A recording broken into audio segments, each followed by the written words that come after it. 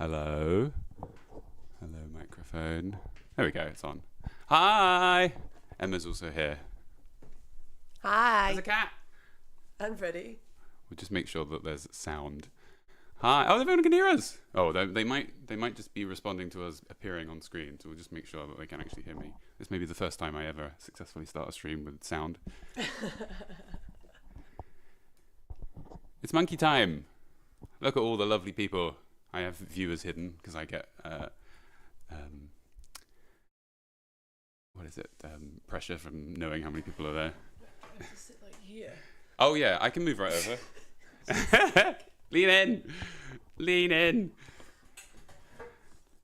So is the sound okay? I won't start anything until everyone says that the sound is fine. Dum dum dum dum dum dum dum dum dum dum dum dum dum. Yes, it seems fine. Sound is perfect, thank you. I bought a new mic and it attaches to my... It doesn't attach to my ear, but... That would be funny. I can get it in. I think that this would be a bit of a weird stream in my ear. So yeah, thanks everyone for joining us. I just wanted to take a minute with Emma here, also to prove that Emma does exist. Because you haven't... I'm still here. I think a lot of people probably haven't seen you in ages. I haven't been scared away by the endless pyrotechnics going on in our home, so... Yeah, I do. I sometimes, the camera's there. Sometimes when I'm filming, I wait until Emma leaves the house so that she doesn't find out the sort of things I do when she's not here. Yeah, I only find out when I watch your videos. And I think, oh, that's why the grass is completely burnt in one patch. Well, the grass outside is all black, but it's not been burnt. It's from black spray paint. I lay something on the grass and then sprayed it. I don't know if you knew that. I didn't, but it's still a problem, isn't it? Let's move over. So yeah, we just wanted to thank you all for joining us, and for everyone who's donated so far. We already have over £1,500 of donations, so thank you so much. You can't quite see the goal on screen, but I think Donkey Kong is a bit darker of a game, so you'll be able to see it there. Yeah, and just thank you everyone for watching the video and all of your nice comments.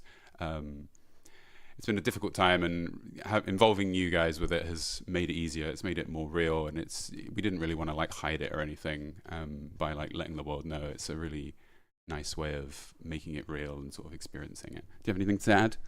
Yeah, I think the process of sharing this has been actually really quite like healing in a lot of ways, and seeing the response from you guys was really like heartwarming, and just already having so many donations for such an incredible charity that legitimately made a big difference on our personal experience, you know, going through the NHS and sort of managing all of the miscarriage stuff. Tommy's is a big part of the reason why like that situation was a lot easier than how it used to be even a couple of years ago, which I know Matt talked about in his last video. But yeah, thank you. Just making sure the mic's the right around. Sorry. Yes. Thank you all so much. And yeah, just if you've tuned, if you've tuned in this stream without seeing any of the prior stuff, I think it's a bit clear. I didn't mention it up front. Sorry. So that is a trigger warning for what we were just talking about there. We're just talking about like miscarriage and pregnancy and loss. But that was mainly in the other video. We're just sort of highlighting it now. The reason we're doing this stream is about 3 weeks ago, we sadly lost our baby through miscarriage, and we just wanted to do something positive and put a positive spin on it and try and put some positivity and goodness back into the world after something bad happened to us. So that's really it. During the stream, we probably won't talk about it too much because there's the video, and we're just going to focus on positivity and raising money for a really good charity. So that's everything I kind of wanted to say. Does Emma want to say anything else? I think that's it. It's just Donkey Kong Bonanza. I don't really get it. I still don't get it. He keeps showing it to me, and I'm like, I don't understand. What's the appeal? Smashing holes in the ground. Well, Emma's not going to be here for much of the gameplay, I don't think, because it's boring to her. So we will. I will. Oh, you just said it was boring. And well, you can stay if you want, but you know. No, it's fine. So that's it. I'm going to start the game, and I couldn't get the thing working that told me live how many recent donators. So every now and again, I'll stop the stream and read out some recent donations and stuff, or I'll read them as I go. Emma's going to be texting them to me, and so I'll read out your name and your donation, so we'll get carried on. Now I have to attach this to my headphones, so I'm going to give it. Oh, they're here. All right, and then. Yeah. Because I move around so much. Make sure that is this going to work? I move around so much. I attach. Make it down. There you go. And then we'll make sure that the game sounds right. There we go. Thank you, Shravan. They say +1 for a great cause. My deepest condolences to you both, and thank you for your partner for being so brave and share her story through your platform to raise awareness. Thank you so much, Shravan. The rest of your name is cut off, but that's that. So I'm going to make myself small. There we go. There's a lot of things that I'm just going to set up now. So look at that camera angle. Brilliant. And then let me know if I become too loud or if the game's too quiet. And I'll do this. Media. No, don't run that. Which other? There's so many things here. I've set up a lot of stuff. Where's the game? Game. And then hide the image. Where's the other? Image. There we go. And then that's gone. There we go. And that should be everything. And then there's just my little monkey is hidden. Did you see the monkey? Yeah, was that went when you clicked image? Oh, I made it. Did I make it invisible? Yeah. Ah, yay! I need you to stay. You can stay for the whole stream because I need you. Advise every single click. There we go.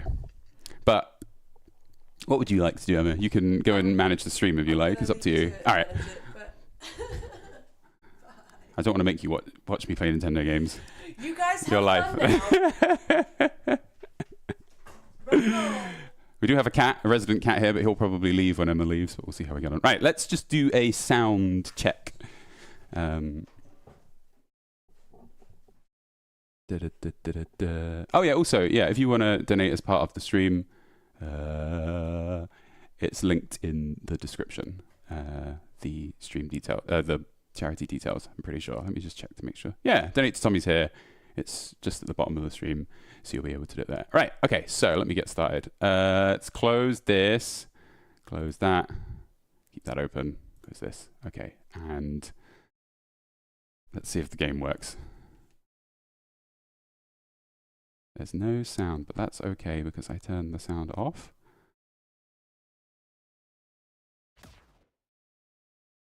Okay, I can't hear that, but someone should be able to hear it.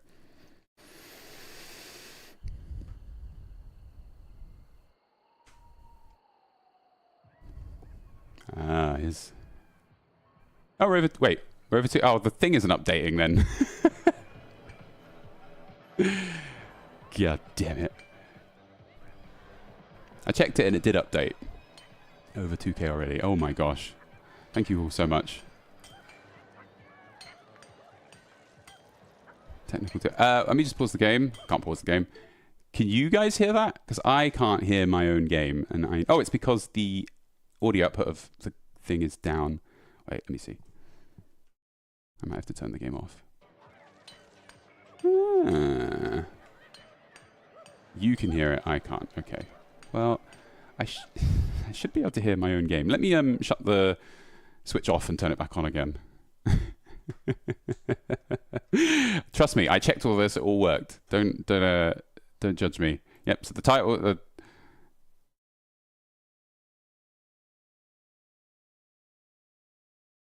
sound set. Oh, I'm being given updates. 1 sec.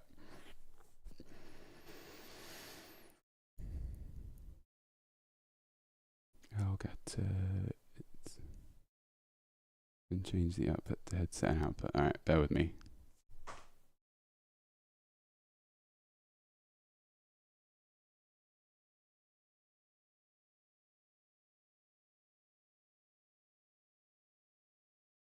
Yeah, I might have to.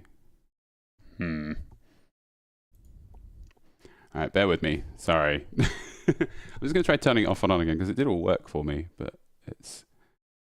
Let me try turning the game off. 1 second, sorry. Stupid stream. Not stupid stream. Stupid Nintendo. Stupid OBS.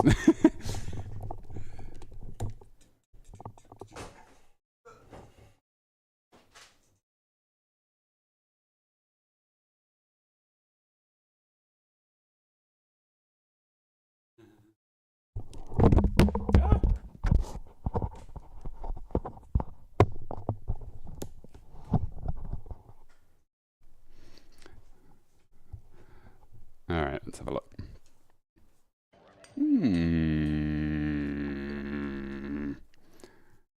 Why is it? Okay, let me.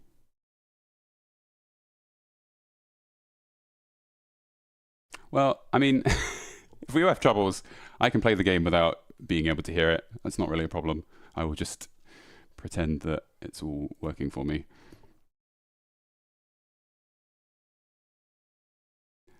Okay.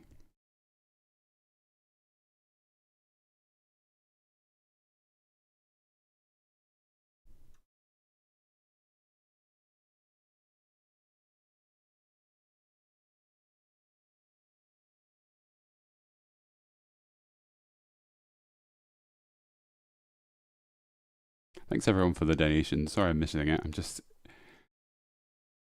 working on. Ah. I can open it in Studio. 1 sec.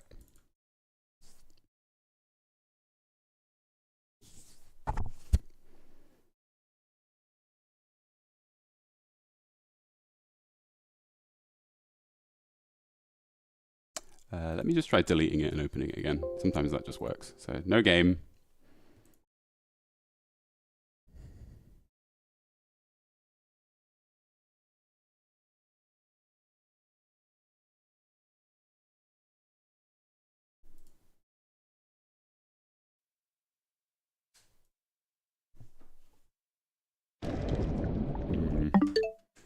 All right. Sorry about all of this. Let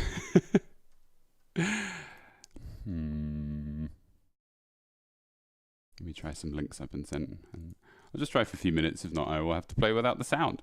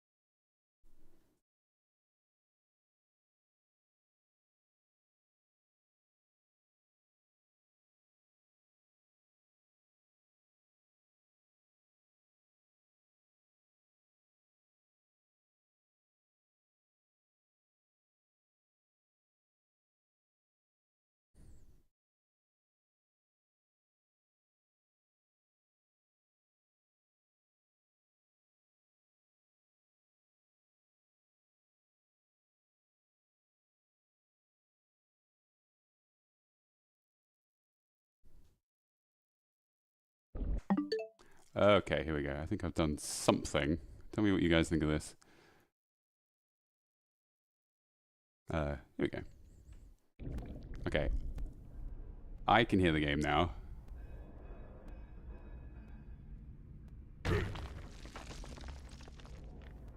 But it's a bit dodgy. Tell me what you think of that. Yeah, you can hear it. It's a little bit iffy.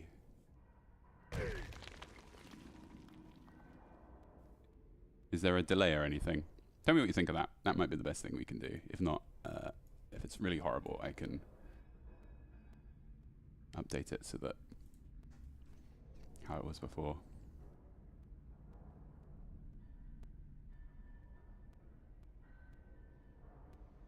Yeah, hi.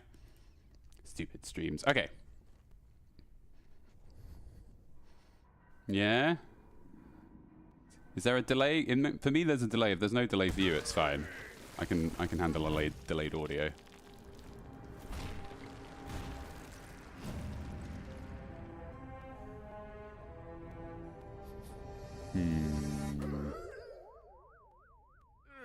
All right, bear with me.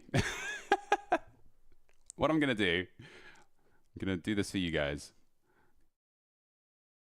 We're gonna do this properly. I wanna make sure it all. So.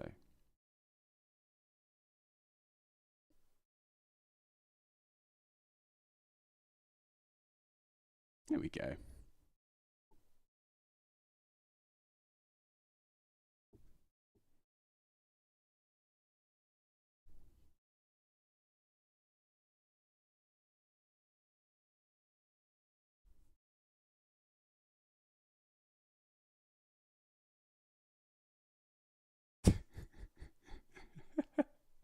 having a lot of issues here.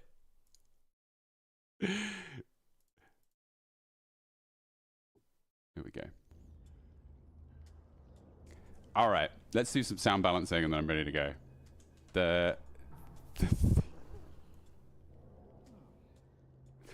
The ticker that counts for the total has not worked. Unfortunately, I will update it every time we get go up by 500 because it's not worked, I'm afraid. How is my speaking versus the game of the audio from the game? Oh yeah, I'm hitting.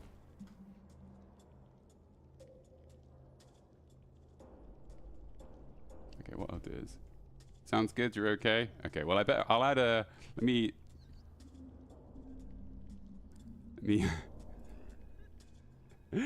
let me just remove that because that's not right, and then I will add a normal source, and then we will start. Goodness me! I did a test for all of this and it all worked fine, but I'm gonna.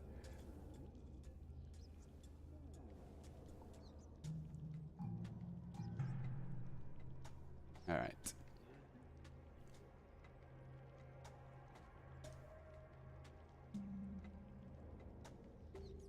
Here we go. I'm just going to add a little text on screen so that we can keep up with the total amount of money. We're just going to make it up. It's exactly 2,500. That's mental. What a round number. Here we go. How odd. Change the font. There we go. Nice and big. Wow. I can't believe it's such a even number. There we go. Okay, right. So this is Donkey Kong Bonanza. The B is for banana, says Cable Core, and they are completely right. I can't hear any of the game's audio. So if there's something behind me and I should know it's there because I can hear it, I can't hear it. I don't even know where I'm wearing these headphones anymore, but it's fine. Stupid thing. Let me just check. Just check my sound settings. Yep, it's all on. Should be working. Never mind. No audio for me, but look, it's a banana. And I've been playing this game quite a lot. You can spin and do all of this cool stuff. But when you get a banana, it's the greatest sound ever. I will just have to sing it to myself. Oh, banana. Makes me very happy. The game's a little quiet. I can turn that up for you. Let me know how that is. I've turned it up. Yeah, so I'm just having to use my gaming senses here, as if I know what's going on. So I played about 4 hours of this, and I think it's a pretty dandy game. I think it was pretty bold of Nintendo to launch the Switch 2 with... Oh, hello. Whoa, DK... I won't do the reading. I found a banana, is what he's saying.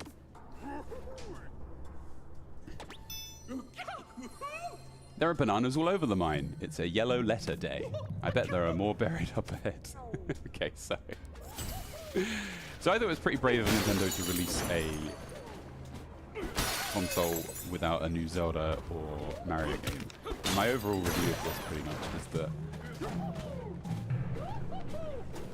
they were either going to make Donkey Kong an amazing new mascot for Nintendo. I know he already is kind of like a mascot, but he's kind of like one of the less... You think of Samus and Mario, Luigi, and Zelda first. But I never would really think of Donkey Kong. But I think this game has... come across as a massive Nintendo bootlegger. But I think they've done it with this game. I think that this game has successfully turned, for me at least, Donkey Kong into a name that's as fun to think about. Not necessarily as famous, but definitely as fun to think about as... I'll just keep my phone on, check. As Mario and Zelda and Link. Just because I just think this game is really awesome. The game is now a little too loud to hear you. Okie dokie, let me turn it down. Okay. How's that looking for you? Keep letting me know about the audio. Unfortunately, what actually ended up happening was I got the... Wait, what am I doing? I'm not paying attention. Oh, wait, it's this guy. See, Donkey Kong is very much the Hulk of the monkey world. He's just a lunatic with more power than God himself. So don't worry, I'm going to find more bananas and everything's going to be fine. Nothing weird's going to happen. You're happy with the balance now. Thank you so much. 1 second, I'm just going to tell Emma...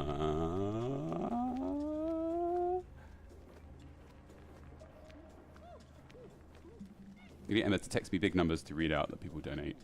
There we go. Just because it'll be easy, because they're not on screen, because I've had every tech problem under the sun. So in this game, you can destroy every single bit of ground. So usually what they'll do is they'll put a little bit of something there to direct you to what you need to do, and then it sort of leads a path constantly. The amount of work that has gone into this game is unbelievable. Every single corner is rammed with stuff to see and do. Okay, let me just make this a bit bigger for myself. There we go. So I can smack the ground to gather stuff that's nearby. This thing, I can jump and punch down. It just clears out the space. What I loved about this thing is you can just keep doing it. This is why we needed a Switch 2. The Switch wouldn't have been able to do this. Could you imagine the frame rate of this? If it just keeps happening. You smack the ground and get gold. But don't worry, it's all good. You'll be getting classic up is not jump critiques as we go. I'll point them out as I go. Fine. You shouldn't really like. This is kind of like the tutorial area, but you can obviously ride stuff. As you can see, I'm not really meant to work that out yet, but I think this game is like Tears of the Kingdom. Quite a little complicated game. It's not. It may look like a fun kids game, but the controls are extremely complicated. Every time I pick up Tears of the Kingdom, it takes me about 10 minutes to get used to the controls again. I'm always trying to attach things to the wrong thing. I end up dropping things instead of attaching them to my weapons. Have you played this game before? Said Scribbles. Yes, big time. I've played about 4 hours of it, which isn't that much really. Okay, so we are at, Emma's just texting me important things. We're at £2,700 already, which is mental, given that we only just started. So thank you all so much. Thank you, Spirit Bear, especially for the $100 donation, as well as Caden for the $50 donation, and Tom for the $200 donation. That is Tom, who is also a patron of mine. He is a very dedicated fan, so thank you so much, Tom. So this is Donkey Kong Odyssey, because I like how in Mario Odyssey you collect moons, and in this game you collect bananas, and they are essentially if you just change some shading, they are essentially the same thing. Because this game is made by the people who made Mario Odyssey, and similar in a lot of ways with going around and collecting moons. Basically, you just collect bananas instead of moons, and that's. And you collect items, and they allow you to change your outfits, just like how you did in Odyssey. Look at the edge. But also, this game is... This isn't actually the best example of it, but this game is gorgeous. One of my favorite things is Donkey Kong's face. He's just always... he's like Link in Wind Waker. Like, he's always... Like, when he runs, his facial animations change, he jumps, and he's... and when he's near a banana, we'll do that when he gets near a banana. He pulls a special banana face, and it's all just great. You destroy everything. And there's gold and banana chips and fossils, and you just collect so much, and it's all definitely has various uses. Just keep doing this. There you go. Just make sure that we've got enough stuff.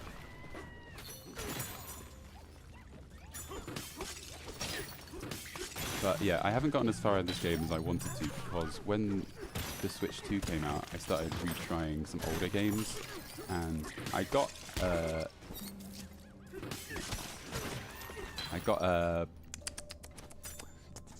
what did I get? I got Metroid Prime when it came out, the remastered version on the Switch, and oh wow, look at all this. Let me just talk to this guy first. This buggy monsters came out of nowhere, they were after my treasure. Oh my gosh, look at this room. I haven't seen this in a while, to be fair. Okay. So, what's the most efficient way to do this? Oh my god. So you get 3 kind of hits. You can punch in front of you can punch up, and you can punch down. There are very few problems in this game that you can't manage by punching. And so I only really use the Switch handheld. I don't ever plug it into the TV. I basically only ever play my Steam Deck and my Switch. And when they remastered Metroid Prime, playing it on a 720 tiny screen actually wasn't that impressive. So I was like, oh, this is pretty fun, but I'm not that blown away by the remaster. But playing it on the Switch 2 it's completely different. I started playing it and I just couldn't stop. And I completed the whole game, got all of the artifacts, beat Metroid Prime. I did it in like, I played it for like 2 or 3 hours a day. I was completely obsessed until I finished it. So I haven't actually got to play this as much as I wanted. And that's the weird thing, like a console can come out with 2 new games and I actually not play either of them. And that is what's quite cool about the Switch too, is the older games, the upgrade is actually quite decent. And the Switch 2 is really thin. I am not sponsored by Nintendo, by the way. Let's just get a little bit more. Nintendo, for the love of God, sponsor me!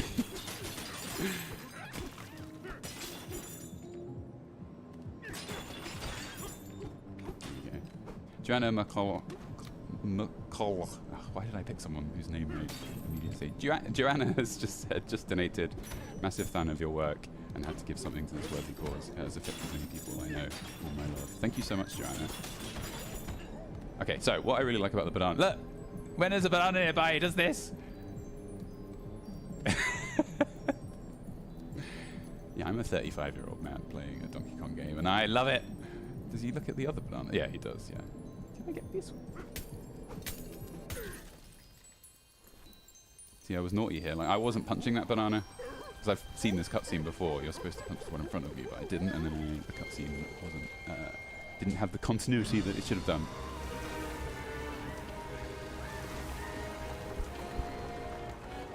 No bananas! Yeah, I'm so I can't, as I've said, I can't hear any of the sound for this, so it's a little bit of a shame, because the music and the sound, this is great. I just want to reveal that.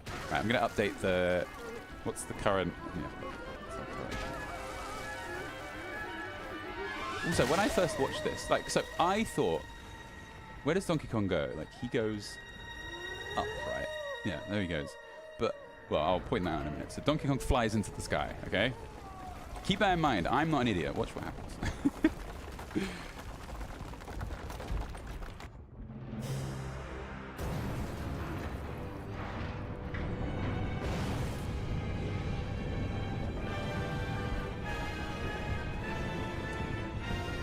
Maybe the I don't know. Maybe I'm an idiot. I'm not sure. Well, I'll tell you what I thought happened after.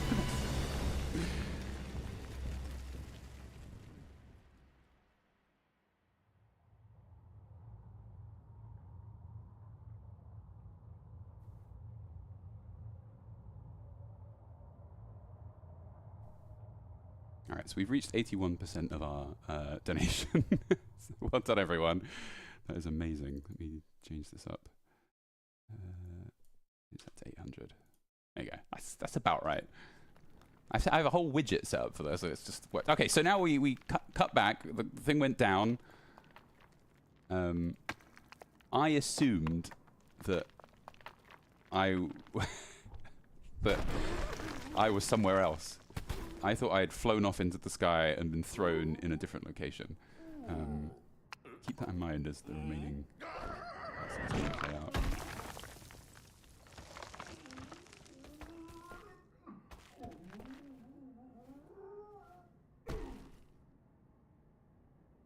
Oh, there we go.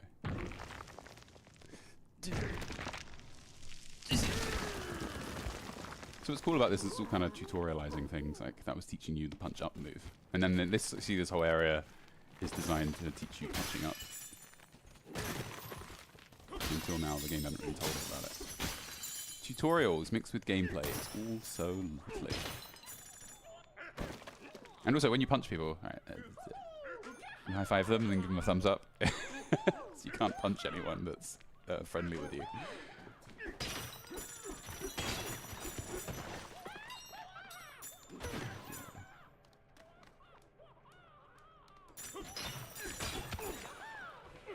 Yeah, and what's also, I think, really a good bit of design is when you're inside a tunnel, it just like, it turns into...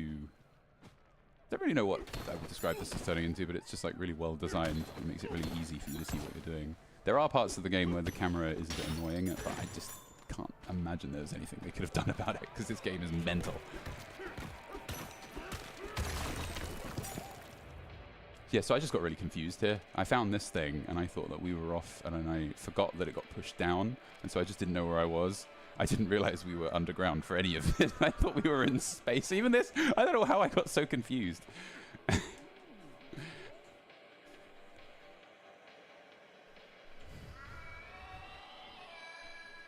Jaggeth says the shader on Donkey Kong's fur gets more yellow as you get more bananas. If that's true, that is an amazing fact. Right, okay.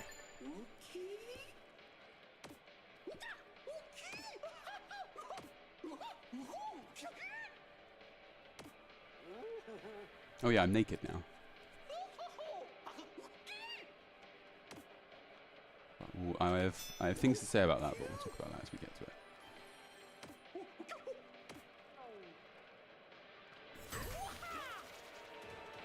High five. Okay, let's get it. Like I'm saying, you're basically...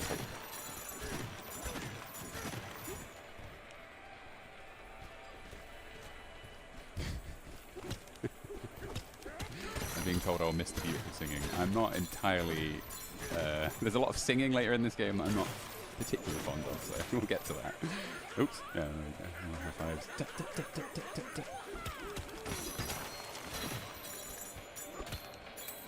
So every little corner of this map has got like hundreds of things to explore and interact with like this. It's very much the Banjo-Kazooie style of gameplay that I think that really has inspired so many Nintendo's later games. To me, Mario Odyssey is a lot like Banjo-Kazooie more tn anything else. I think this game has a similar sort of vibe. There's a NPC, a load of NPCs you meet later on the tower. Yeah, so like, we're not even supposed to go this way, like, you know, you want to go over there, but like, you can just go around every corner. Like, what's that? Does this lead to... Is this... Look, it's just a hole. What the hell is this? You know, what's this all about?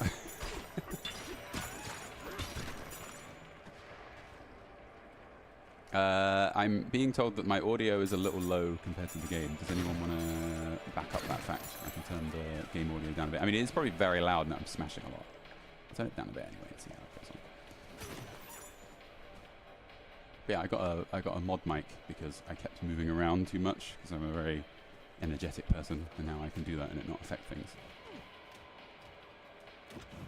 Turn yourself up. I've turned the game down a little bit. I'll turn myself up a little bit, see how that goes. Enrico says, hey up is not jump, I'm a long time fan, I wanted to come here to support you even though I'm broke as fuck. I promise to donate things as soon as things get better. Don't you worry, we're all here to have a good time. If you have no money, that is absolutely fine. The main thing is that we all hang out and have fun. Alright, so these things, you can't touch these, so you pick up.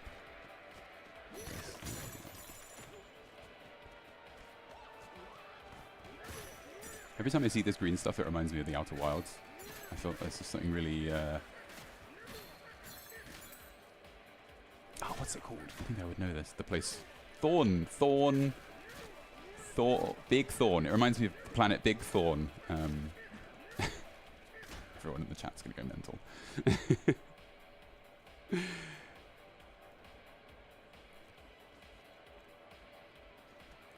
So some other big donations have just come through. We have Schmagan giving $50, £40 from Daniel, $10 from Sky. We're up to 2,900, as well as Bean the Fox giving £20, Aid giving £25, and Benjamin giving $20. It's very hard to keep up with the dollars and pounds thing, but I think that was about right. Big Thorn. No, people are right. Dark Bramble. I thought I read Big Thorn, and I think that was it. Yes, it reminds me of Dark Bramble. All of this stuff. No, I don't want to go back down. Okay. I just think that the colors in this game as well are really awesome. They look great on the... I just feel like I'm doing so much positivity about Switch 2. I can't help it. The screen is so nice on the Switch 2 that all these colors really pop. They're all amazing.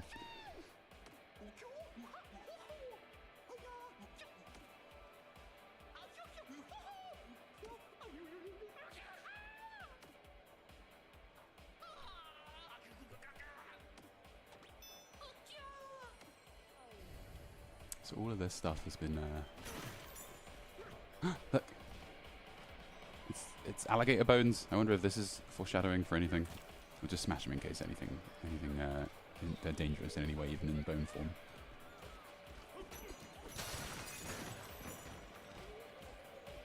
So eventually we can sing to deal with this, but I think at this stage we can't. Also, look at Donkey Kong singing. His beautiful little face. Oh, apparently we've already broken 3,000. Oh my god. I need to, just update this. There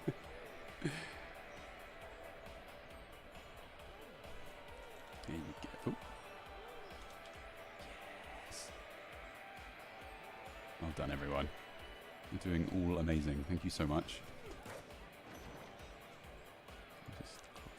Okay.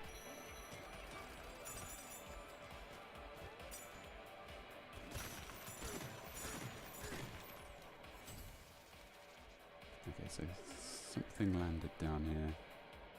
Oh, I see, right, yeah, you can see through the... Because this is the other thing, through the cutscene, I was like, what? When did this happen? But I think it's just I've discovered that this has fallen down. Oops, oh god, okay. Even now, I'm still confused by the controls a little bit.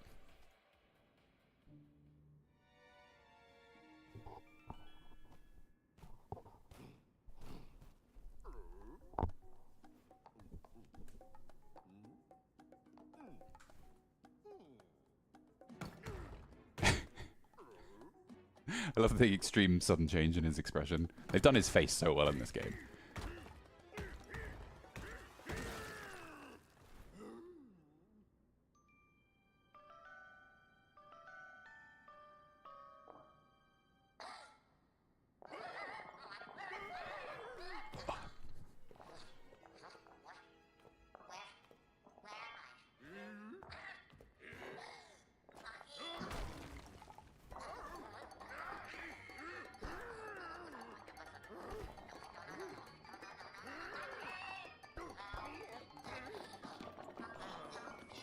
Now, I know that, you know...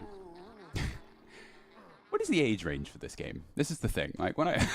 so when I mentioned before, I'm a 35-year-old man. Is maybe it's my fault for insisting on playing Nintendo games in my spare time. But I just... I can't touch with this. I personally feel, just going to put it out there, that Donkey Kong and his amazing expressions, his incredible power, and all of the incredible gameplay... But that you don't really need this little guy. Just going to say it. I don't know if this person's addition to the game was remotely necessary. I don't find that it bothers... Like, it doesn't make the game worse for me, but I do wonder... Then have a conversation in the chat about if you're really into this thing.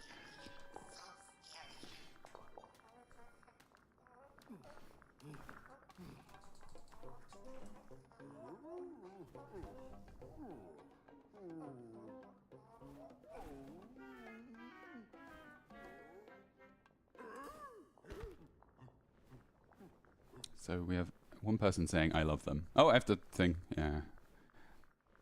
The little guy is a pivotal plot point. Maybe I won't talk too much crap about this person then, because I don't want to... So far, it's all been positive.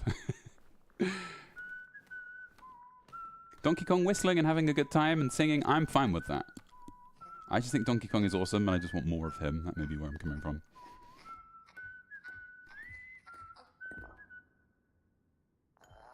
This ain't like Ashley, you know, in Resident Evil 4. This isn't the president's daughter. I'm happy to explore the world without any kind of vague plot.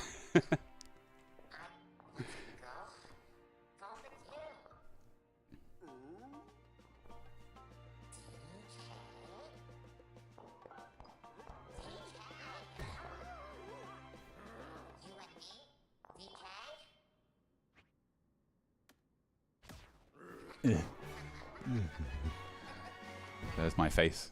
That's how I feel about this all. Let me open this up.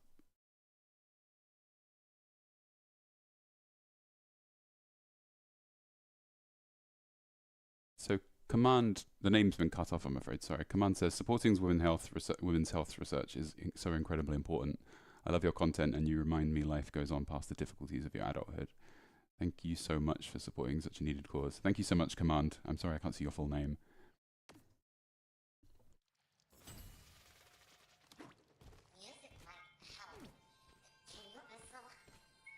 So yeah, this is just the clairvoyant spell from Skyrim now, so we can always find out where we need to go. Can I climb this? There you go. What I love about this game is no matter what there is to do, you can just do it. Like, I want to go up here. You're up there. It's fine. It's not like in, you know, Tears of the Kingdom, where it takes you 10 minutes and 5 stamina bars to climb a small wall. In this game, you're just there. Okay, so so there were some alligator bones here. I purposefully destroyed them. I wasn't sure if they would do anything dangerous. I'm misremembering things.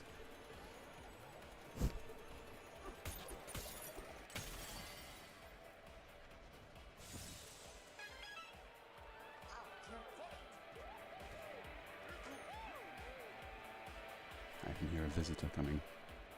Where shall I turn? Banana! Oh, thank you. How am I going to open that? Oh, do I? Oh. I don't know if they can hear you. They can mostly just hear this drawer. I have a gold coin. I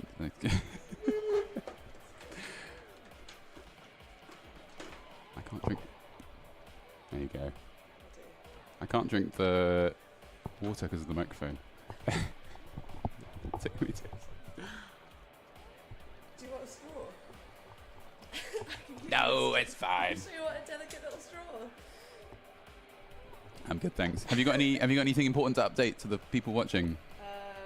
That we're just smashing this goal, actually. So it's really, really, really encouraging. Thank you so much. They can hear you, I'm sure. Yeah. Thank you, everyone. It's too much ASMR for the internet to handle. No, it's fine. I'll see you in a bit. Okay, so let's work out where we're going.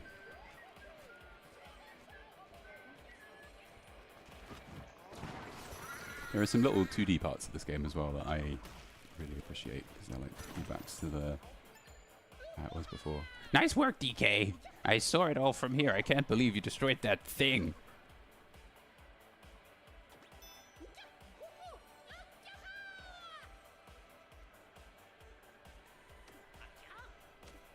Okay.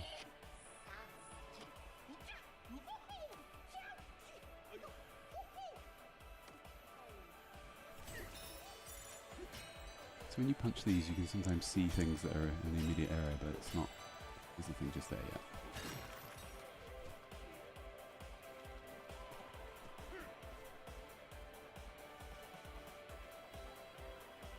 Aha. Oops. Ooh, we're at 3,300. Oh my god. Let me just update that. Thank you all so much, everyone. It really means a lot. It's been a very oh,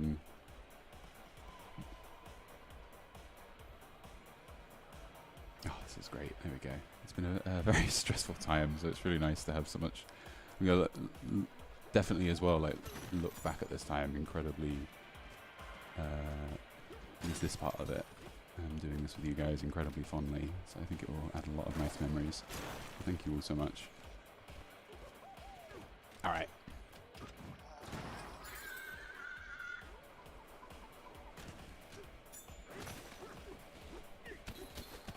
So this is what I'm saying, like every corner of this area has just got so much to see and do.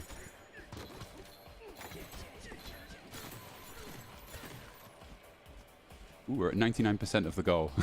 I can't keep up with it. What I'll do is, just while I say that now, I will up the goal on the website. Because I better do. I won't leave it how it is. Also, one thing that happened, I can tell you while I was doing this, is I called this fundraiser Just Giving / Up Is Not Jump. And I called the Solar Aid one I did ages ago with Banjo-Kazooie also Just Giving / Up Is Not Jump. And that's why none of these widgets work anymore, because it keeps connecting to that old one. There we go, I've updated the thing. I hope I haven't... That seems like a reasonable target. I don't want to go I don't want to go mental. You're all being so generous. I think we've already made this an enormous success. There we go, and I'll update on this page. So I spent about 2 hours trying to get all of my widgets to work, because I didn't even make them. I got sent them by Mataphobia, who works with Nerd Cubed, like 5-6 years ago. And I didn't know, I didn't understand how they work. Point is, I never got there, so these widgets don't work anymore. And I only stream charity streams like once a year, so there we go. Update it all. I'll update this as well.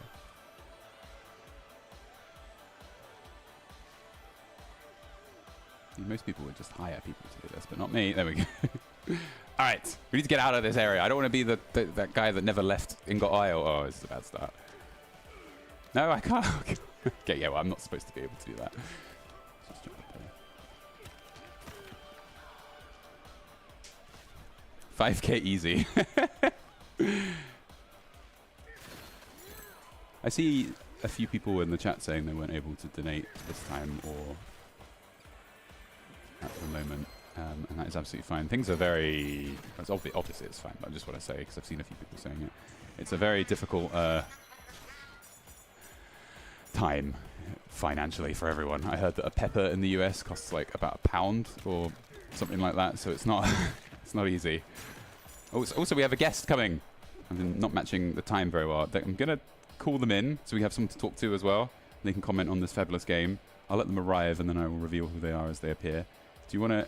I think he's listening now. Do you want to call me now? He's asking if he wants cam.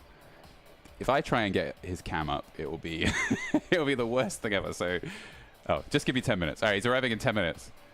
Yeah, there we go. Who could it be? Is it H-Bomber guy? Because that seems to be the only person I ever get in my videos.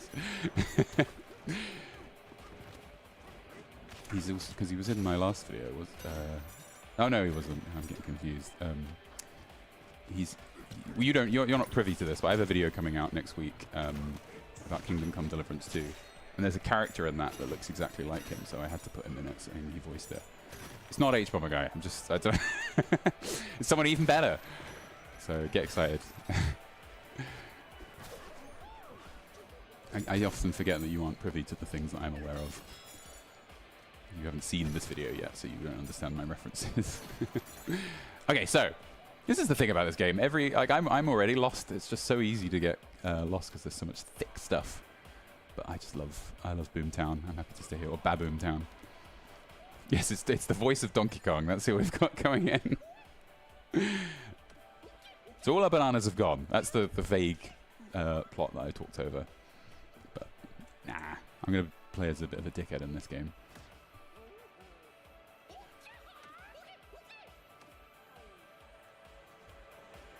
Is no one going to mention the weird alien I have on my shoulder?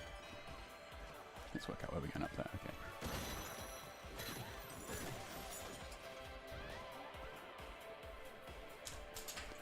I'm going to start drinking as well.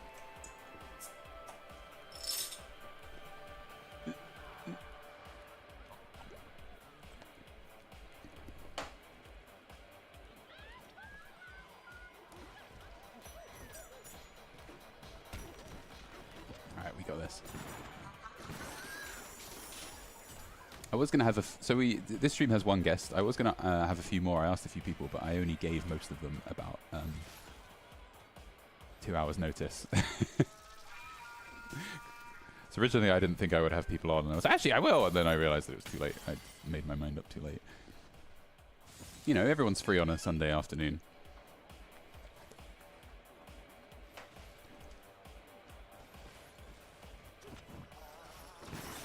Timing shooting up in the barrels is probably my favorite part of this game, because I've completed all 3 of the Donkey Kong Country games on the Super Nintendo, and they are like 3 of my favorite games ever.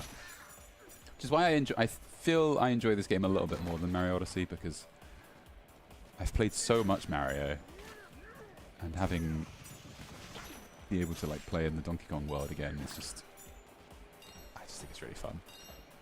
Should really get a sponsorship from Nintendo, but I just don't know how. How does one contact Nintendo? Mr. Nintendo himself. Do you think I should send an email to Nintendo at nintendo.co.uk?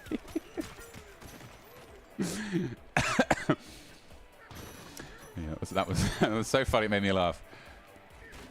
There you go. It's a Dark Souls shortcut. This game really makes you feel like Dark Souls. Let me guess. I have to go up here. Yep, there you go.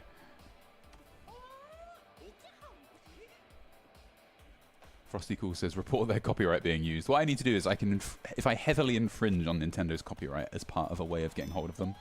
So I start my own like animated series about Mario, and in it, it's all about contacting the YouTuber Up Is Not Jump. You think it'd be worth getting sued for that?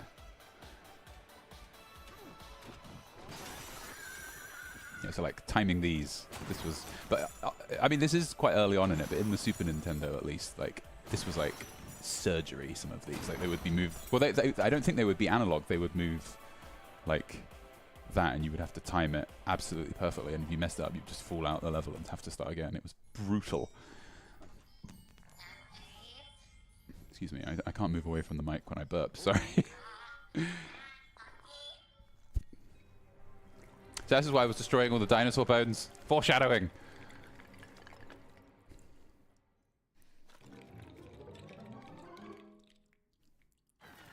I really like all of these like rock gold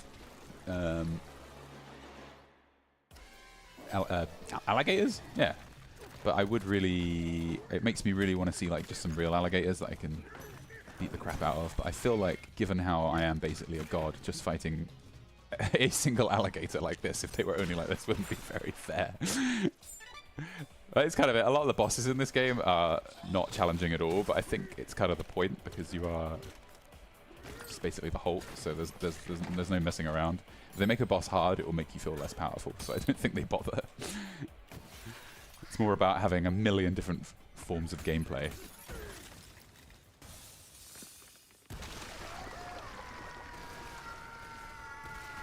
It's a miracle Mario ever beat this guy. Yeah, it really shines a light on how absolutely insanely powerful Mario is.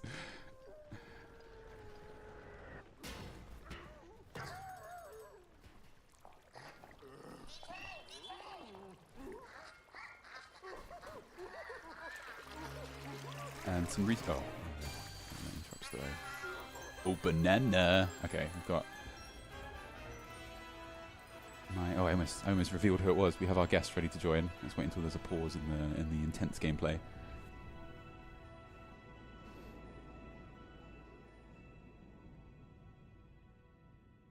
Okay, there we go.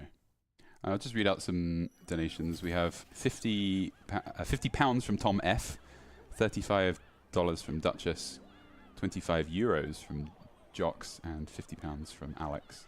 Thank you all so much. That's so amazing. And there are obviously other donations, but I will just read the major ones for now, because we're at 3,700. I'll keep this up to date as well, because it'll be too many to read out at once, because you're all being so generous. Dozens and hundreds of people. There we go. Thank you all so much. Right, let's grab the... Call me, baby! This isn't going to work. No chance in hell. What do I need to do to be ready for this? Let's turn the audio output on the computer up, so you can hear that. That looks like a good start. Bonjour. Testing, testing. 1 2 1 2. It might work. I dislike your pessimism. This might be fine. I was speaking to you earlier, and you were telling me about how you had like that really impressive mic, and I've ended up buying this webcam one, but actually your voice sounds absolutely incredible. It's like you're inside me. Oh, actually, no. Thank you very much. That's always the goal. What we do in our free time is up to us, but you're bringing back the Xbox 360 vibe of sitting there with a headset mic. Very much like it. Ladies and gentlemen, hello. I'm Josh Hayes. I review MMORPG games and retro video games. I'm also a friend of Matt, so I'm here to comment over some gameplay. I think those were varying levels of truths, what you just said. One of them was definitely a lie. Yeah. No, I mean, we're acquaintances. We're colleagues. Does that word work? no, we are good pals. Yes, that was a good introduction. I don't have a fancy introduction. I'm trying. I would usually say things like I review Fallout games, but I'm trying to add a new string to my bow, as it were. Yeah, I'm trying to. Let's play some Nintendo games. You are branching out. You're doing some new stuff. I mean, this Fallout that you're playing right now looks more platformery, but the vibe is still there. Well, the bombs haven't fallen yet. If you get my... This is what happens just before. But no, I'm watching the stream. It's great. It's good. I've got to say, I was honored when you first contacted me. When you messaged me and you said, Josh, I would like you to join me on this stream that I'm doing, this fantastic charity stream. And I thought, you know a lot of people. You've got a lot of famous friends. You've got a lot of influential friends. Of all the people you could have chosen, you chose me. And I've got to be honest, it was the right choice. I'm definitely the best person for this job. You're famous. Oh, I wasn't going to go. You're famous. Ish. Yeah, kind of. Like we're on that cusp, aren't we? We're on that niche right the way through. This is good. But of all the famous, influential, powerful, creative people you knew, I was the only one that wasn't busy on a Sunday afternoon. No, I didn't want to. I already revealed that, didn't I? I already said that. Yeah, like I know that you obviously asked. I wasn't the first choice here. You asked lots of other people who were far more important and far more professional, and they were all busy, and it got down to me. I definitely asked you first. I wouldn't. I asked Is you. that true? Did Yeah, you I ask me asked you first. That's a terrible idea. Like, no, I did ask you you first. You know so many better people than me. You could have had. I mean, you've had some collabs with some really. What was quite funny was when you said we've got a guest, and everyone in the chat was guessing, and they're like, "Is it H Bomber guy? Is it Tom Scar?" And I'm sat here watching, thinking, "When are they going to get to me?" But no one said me. I've never associated myself with Tom Scar. Not to say that he's a bad person. I met him a few days ago. Oh, get you! Ooh, I know I everyone. met him a few days ago at a convention. Well, I haven't. What do you think of this? He's Of this map? He's very. You can tell that he's been working on the internet for like 15 years. The internet, 15 years worth of the internet has got to him. It's not an easy life. That's why I really disappear for long periods. You're a very dedicated person. Oh yeah, I just keep making. Well, after you've interacted with the MMORPG community, you can kind of deal with most other communities. I mean, I'm not that scared of the aggressive Nintendo community when I've hung around with Elder Scrolls and World of Warcraft for a while. So tell me what this game is. Could you tell me what it is? Surely you know. What should I pick up? Right. So how much is your delay? You've gone full game journalist mode. This was absolutely fantastic. I don't know what the delay is. I'm talking to you through Discord and just watching what the game is. Right now, you're on the menu. Yeah, and you've exactly. Just had a sip of something. Oh, you're very up to speed then. So, right, so what do you think I should get? I can get a hand slap that increases my range, or I'll get the double jump. That seems really important. So there you go. What do you think? I'm glad I'm here. I'm glad I'm helping. What do you think of this game's visuals? I think it looks like a Nintendo Switch 2 game. I think it looks like there's a donkey involved. There's only one Nintendo Switch 2 game, though. Honestly, it looks like a really overachieving PlayStation 2 game. That's what it looks like. But are you having fun? That's the important thing here. This is why you get so much hate mail. I've never received a single piece of hate mail, but you've told me in your time that you've received one or two, and it's because you say things like that. Oh, quite a few. It's it's a morning wake up, grab a cup of tea, and read the morning hateful emails. But that's the difference between the wholesome, loving community that you have generated and the MMORPG community that I have generated. I think you've made the right choice. I didn't know that MMORPG people were so horrible. Not what that. I mean, I don't want to say. Oh, okay. You're gonna add to that. Okay, I thought you were gonna disagree. Yeah, no, I'll back you up with that. I'm one of them, and I'll absolutely back you up with that. You are doing a phenomenal job today, by the way. The amount of money that you are raising for an incredibly good cause is stunning. I've been refreshing the page. Everyone who has donated is an absolute saint, a complete gem. Every single one of you. You're a lot better at this than me. I'm not quite as articulate as you. It's just long times of missing the theatre. That's what it is. But you're very articulate. We've hung out in real life. You're a very charismatic, attractive man. Don't put yourself down. I won't let you. I am handsome. That is... No, I don't want to. You are. Irritatingly so. Like the first time I met you, I was kind of thinking, oh, I hope he's shorter than me. And then you walked up, I'm like, oh, damn it. Oh. I still get sent pictures of David Bowie all the time from people. I got sent one today, like an artist's rendition of it, but like, look, it's up, it's not jump. But I will welcome those messages for the rest of my life. I don't know. Totally makes sense. Did he ever have a drug phase? Totally was that ever a thing? A lot of people say I'm like Bowie on his drug phase. Hang on, okay, I have a lot of respect and love for you. Did you just ask if David Bowie had a drug phase? But like, did it famous rock musician David Bowie? Maybe one that like affected his probably. appearance. No, I'm just going. Can you see what I'm doing? I'm going straight down. This is all. Yeah, I can see that you're just tunneling in, but I'm more amazed at the fact that you are. Oh, okay. You're quite sure that one of the most famous rock musicians of all time didn't go through a drug phase. Yeah, probably. So. The thing about this game is, like, you see where I don't know how far behind you are on me, but like, you see like this wall that I'm looking at. Yeah, I can see it. Every wall you can just punch into, and there's like things hidden inside it. And this one is just a banana, but it could be anything. Gotcha. So this is like the old PS2 game Red Faction, but instead of yes, politics and guns, it's monkeys and bananas. But I think if you took out, well, I don't know. I was gonna say. So basically, you can just like in Red Faction was destroying the terrain, like could you do it like this? Like yeah, you would just would you like digging underground? Yeah, it was called the what was it? The GeoSync. It was the software that was effectively created just for Red Faction. Red Faction was a first-person shooter on the PS2 where you had to escape from an underground mining facility as a slave, and one of the new big gimmicks was that you could blow up all of the scenery and just, if you couldn't find the key to a door, you could shoot your way around the door, which was excellent. I really enjoyed that game. I've had a lot of good... Is it like this? Is this like Red Faction 3? There's fewer monkeys, and there are fewer bananas, and it's not on the Switch too. Every but apart game... from that, same game. Every game has less... What game has more monkeys than this? That's probably Ape Escape. That's an actual answer. Ape Escape does have more monkeys. You just said the word ape and followed it by another word, and it happened to be something that fit. I heard you went Ape Escape. Oh, there you go. Ape Escape is a real game. I'm not making this up. It was a PlayStation 1 game that needed the analog controller. Someone in chat can back me up that Ape Escape is a real game. It just sounded like you made it up, but then it happened to be a real thing.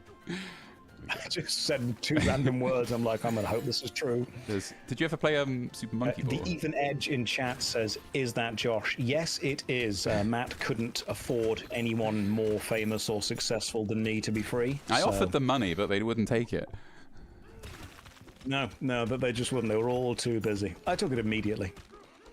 So you don't have a Switch 2?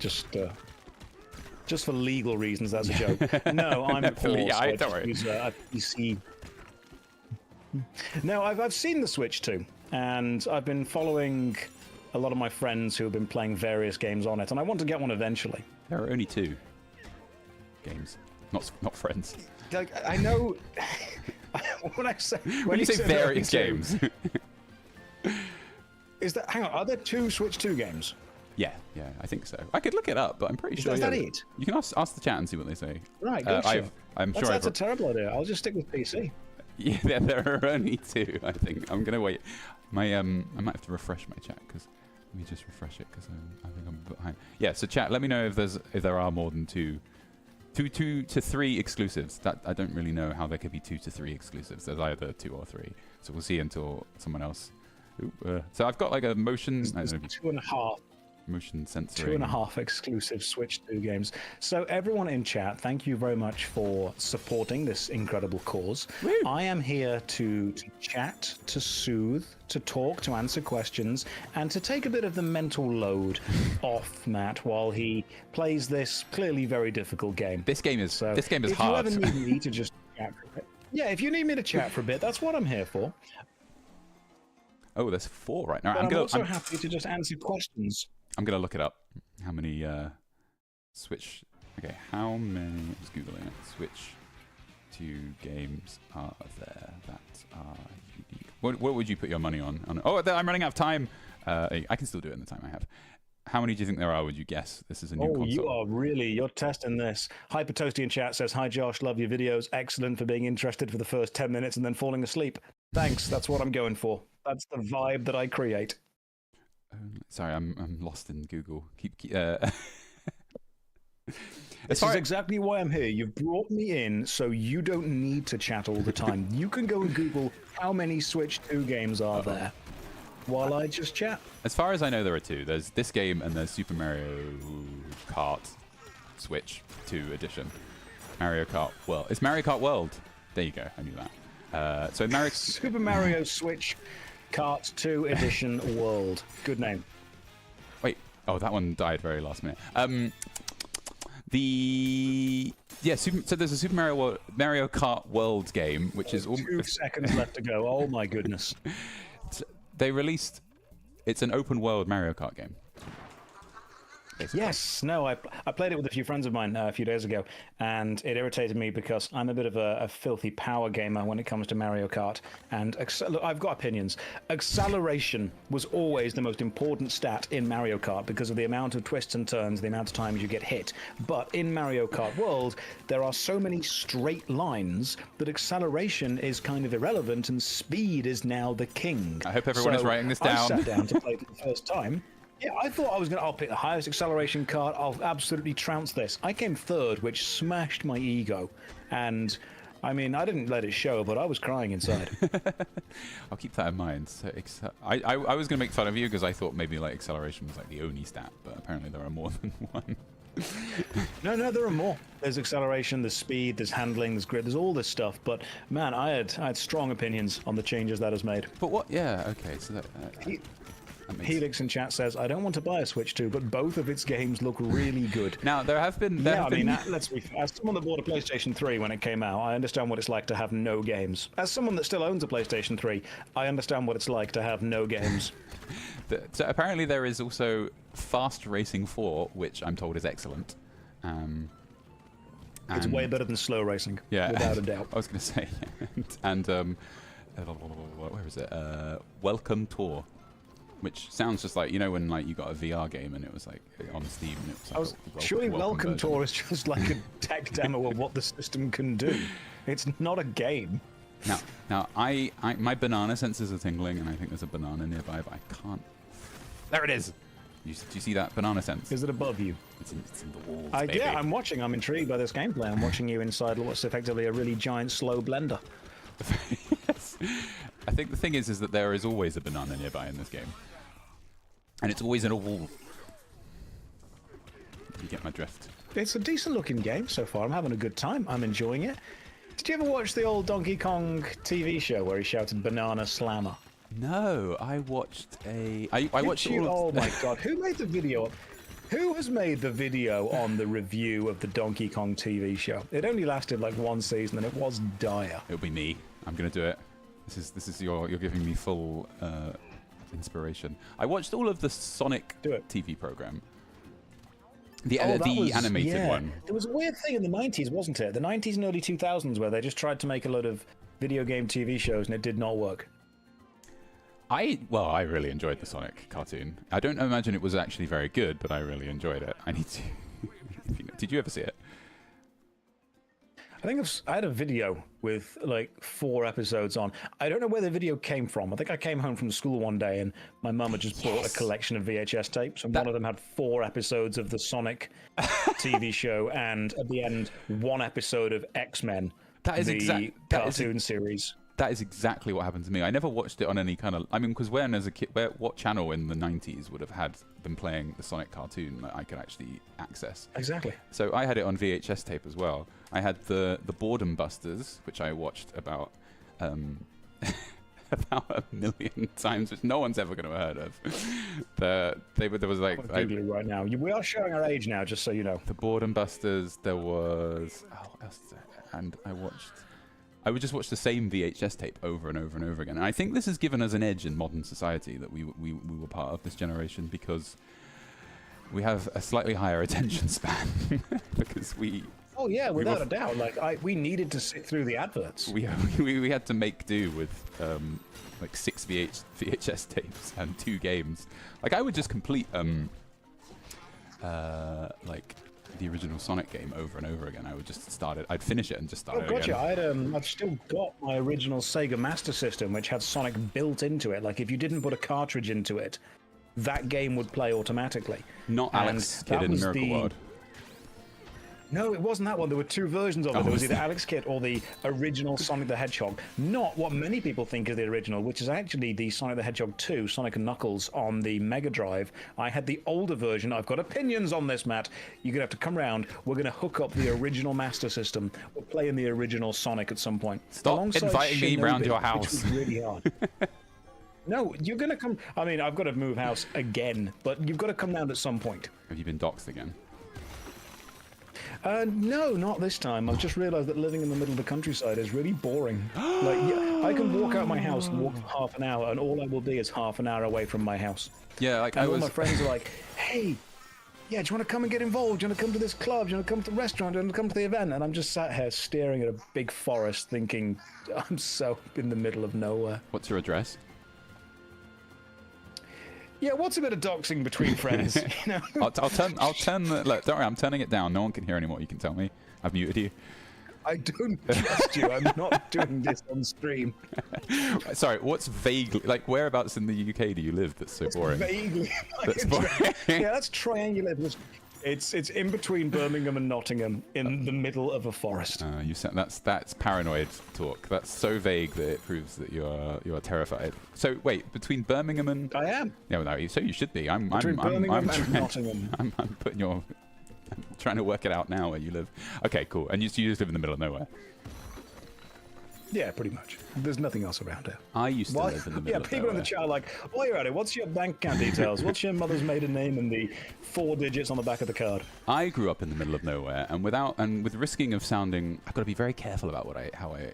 So I grew up in Emma. I say London, and Emma gets really annoyed. It's a place called Ilford, which is in Greater London. It's in Greater London, but not like in the middle.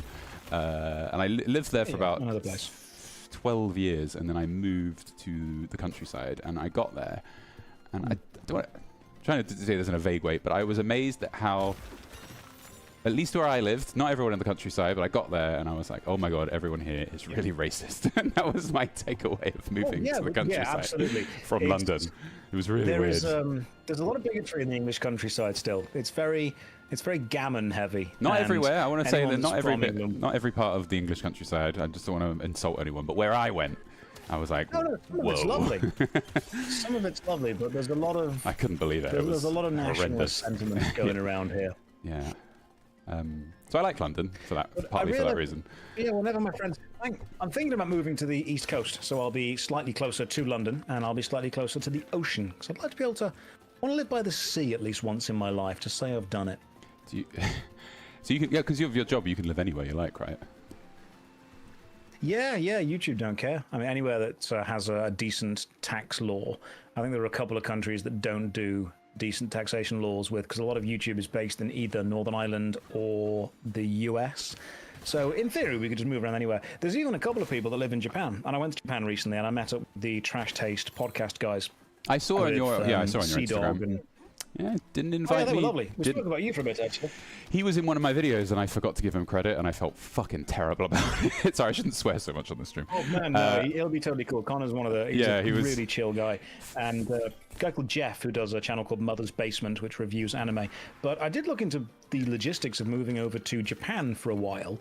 You need a sponsor, someone who effectively already lives over there, who says, "Yeah, this guy's fine," and then because you're a foreigner, you have to give a load of extra cash. I thought you were asking if I would sponsor you. Yeah, I definitely enjoy moving somewhere. All right, I'll sponsor you if you insist. What do I have to do? Thank you, I appreciate that. I mean, first of all, you have to live and own property in Japan. What did you talk to Connor about? I don't know Connor very well. My editor works for him quite closely. I think he does a lot of work for him. Okay.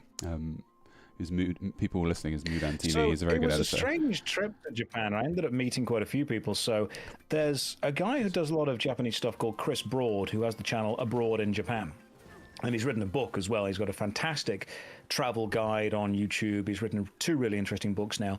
And Chris Broad's editor is a fan of my work. So when I was over there, he contacted me and said, hey, do you want to come around to the studio and just chat and hang out and meet the team? So I said, yeah, that sounds fun. Went around, met all those guys. And then they said, Trash Taste Podcast, we've got a space opening next week. Do you want to be on it? So it was kind of right place, right time at that point. And it looked really fun. Everyone was very kind. Everyone was very accommodating. Should we start a podcast? What would we call it? I like how if there's one thing the world doesn't have enough of, it's 2 white guys doing a podcast. I think that is a market ripe for the picking right there. We do it about crypto. We're straight in. Oh, easily. Crypto, hustle culture. I wake up at 4 o'clock. 4:02, I'm in the pool. 4:03, hovering in the air above the pool. 4:07, falling into the pool.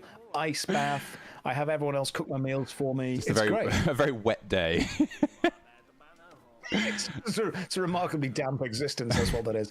What I love about all these morning routine podcast crypto bros is they show like 30 people waiting on them hand and foot doing everything else they need to do. Like they're cooking their meals, they're getting their clothes ready, they're driving them around places, they're doing the meetings for them. At some point you are just a really big overdressed toddler.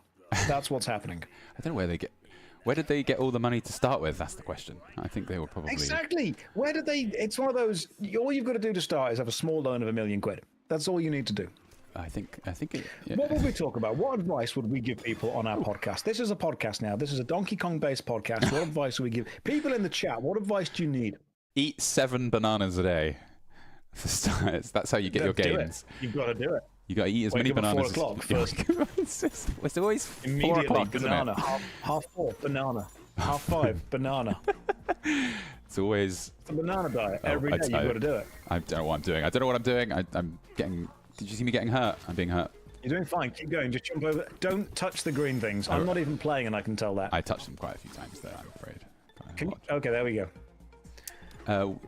What would be annoying? Please teach me to be a gaming alpha. I'm allergic to bananas. I'm sorry to say, Reese, but it's over for you. It's not going. Yeah, you'll never get your gains if you don't eat. If you're allergic to bananas. Do you want to know an interesting fact about me? And I'm on the chat, so I assume you do. I have never eaten a banana. That's not true. Oh no, it's true. There's a story behind this. Oh, well, I don't believe you. The story's null and void. Ooh, what's out here? Sorry. So, when I was about 25, 26-ish, I realized that I had never eaten a banana. Oh God, I know what you're going to say, and I'm disappointed. I thought that's a story. Right Is there. it? I thought when I'm the most famous in the interesting future thing. and I write my biography, I'm going to be able to put a little aside at the bottom of the page that says, Josh has never eaten a banana. And I realized that right then, that if I ever ate a banana, I would no longer be able to put that little aside in the book. I think it's already really weird that you made it that far with that. As a child, did your parents not ever give you... Is this where we reveal your very... your childhood, where it's like America now, where you can't afford bananas? No, so I think I had a very cared for, a very loved childhood. It was just a banana-less childhood. I don't know how to say. Like I wasn't hurt. I had everything I needed apart from bananas, and not that I needed them. I just never got given them. I think our podcast should be about your abandoned youth, that your parents didn't love you because they didn't give you any fruit. I want to read further into this. People in the chat are saying, "Oh, brilliant! I'm the same, but with pears. Fantastic." Well, yeah, but fuck pears. Like, banana. Yeah, you just not eating a pear. Hang on, did you? Not eating a pear is perfectly normal. Not eating a banana is weird, man. No, it's not. Pears are great. What are you on about? I need to start some weird. I need to halt this. Based civil war at the minute. I need to halt this very suddenly. Shortly. I need to read some donations very quickly. Sorry. So we've got people are donating. Keep donating because it's a good cause. So Kenny has donated $25. Harmon, I hope that's Dan Harmon watching the stream, has donated $35. It's probably not. Thank you, Harmon. Mad Girl Lolly has donated 15, and Anders has donated 15, both pounds. If someone wrote a dodgy name, I would definitely read it out without thinking. I'm pretty sure, like they do on the, that like exercise bike thing. You get to the top of the list, so they'll read your name out, and it's usually something like really rude. Have you seen those compilations? Trying to cough. No, I don't watch those type of YouTube videos, but I feel like I'm missing out now. Never mind, don't worry. What were we just talking about? Pairs. No, let's go back. I want to know more about these compilation videos. So there's a compilation video you can watch of people getting to the top of like an online exercise bike thing. So there's all these people, you do like you've got an exercise bike and you like log into like a group where everyone's riding and there's like an instructor on TV. Okay, and, I get the idea. And they're like, go harder, and then but if you win, they'll say your name at the end, or at least if you're in first place. Right. Okay. So people call themselves like huge right, cock gotcha. or something. See, we used to do that back in the arcade, but the arcade, of course, was limited to 3-letter names. So the funniest would be like ass. And that dick. was just the height of comedy. DIK. Yeah. And such. But like, what I like about that straight away, that was good comedy right there. What I like about the exercise bike thing is it is encouraging people exercising. So I think I'm all for it. If you know what I mean? Yeah, I mean that works. That totally works. Good bit of exercise. Have a banana. You love good keeping day all round. You love keeping fit. Just gonna throw that out there. Yeah, I mean, I do. I enjoy a good bit of fitness. I enjoy a good bit of lifting. I don't like cardio. Nobody does. I like lifting heavy things up. I like a bit. Well, how old are you? Am I allowed to ask you that? I'm 35. Great. So we're the same age. We're the same age. My knees are starting to go. Have you found this? Yeah, I was working out on the leg press machine, and I thought, man, this machine needs oiling. And then I thought, nope, that's me. That's just the knees. Oh, God. Yeah, like I used to go running all the time, and I used to just run on the pavement around town, and I've had to stop, and I only run on grass and mud now, and I go to a climbing center, and I used to run there, but that's only concrete, so now I have to walk, and it's because my knees are just getting too old, and it's not You went good. to a climbing center and you used to run. When you discover that you can climb there, you're going to be so happy because it's much more fun than running. You know what I mean. So because I'm a YouTuber, I never stop working. So I run to the climbing center so I can run back and get back to editing. But now I can't do that, so I have to walk. So I have less time for being a badass editor. Do you do a lot of editing, or do you just get editors to do it all? So I tried to have some editors work with me, but then I realized that So when I'm reviewing an MMORPG or an RPG game, let's imagine, because right now I'm working All right, we're going to imagine the second expansion for the original Neverwinter Nights game. Neverwinter Nights game. I've ended up with about 65 hours worth of footage, because that's how long the game took to beat, and I record every single thing when I'm playing. So when I say in my video, and then I find this sword behind a secret wall, I know exactly where the footage of me finding the sword behind the secret wall is, because I can remember roughly all 65 hours that have happened. So I know exactly where to cut to within the footage. The amount of time it takes me to explain to an editor where the footage is, what I want it to show, where I want it to zoom to, and then where I want it to cut to, it takes me so much time to explain to someone where the footage is that I may as well just do it myself. Yes, I know exactly what you mean. I can probably show. I don't know if people will be interested in this. You can see the stream. Let me give me your opinion on this, because you're going to see it and probably think that I'm insane. But I edit quite differently to you. Like I do a lot of like. Well, actually, I don't know. That might not be. I'm not trying to insult you. Because No, you put way more effort into your videos than I do. I watch your videos, and mine are crap in comparison. Well, I just mean like occasionally there'll just be like a load of crazy edits, and so instead of like you pointing out to an editor like go here and then him doing it and it's done. For me, it could be like go here and then add like an explosion here and then like turn it into a life-size Eiffel Tower or so. I don't know. So what I do is you do so much more stuff. I don't even use keyframes. I didn't even know what a keyframe was until last year.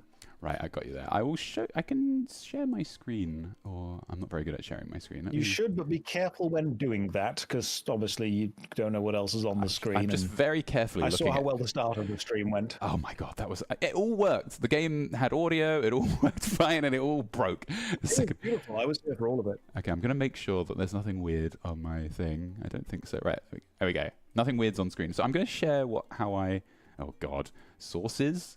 Share screen display capture. So this is how this is also for people at home. I'm just curious, like I'm showing you how I work with an editor. Here we go, add source. So here's, oh, you can see behind the curtain now. So what I've got here is, this is really weird. So this is page 16, right, of the script that I've opened up. Are you with me so far? I'm telling the people at home as well. The way I do this is, these are all the clips that need to be put into the video, and they are titled the words in the script that they line up with. So I share the script with my editor.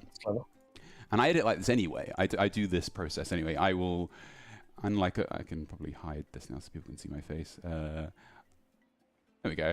I will. Yeah, that's really clever the way you do it, because then you're just listening, and you can even use Control F on the actual script itself to find out where that phrase is. So I do all the voice acting, and then I edit all of the audio together, and then I go through the whole script and prep all of the video, and so it's all in folders. Everything I need is done, and the whole video is then planned as I do that. So I sort of do a planning stage, and then once that's done, all I do is editing. I don't gather any more footage. I don't open the original game footage. It's all just there's kissing.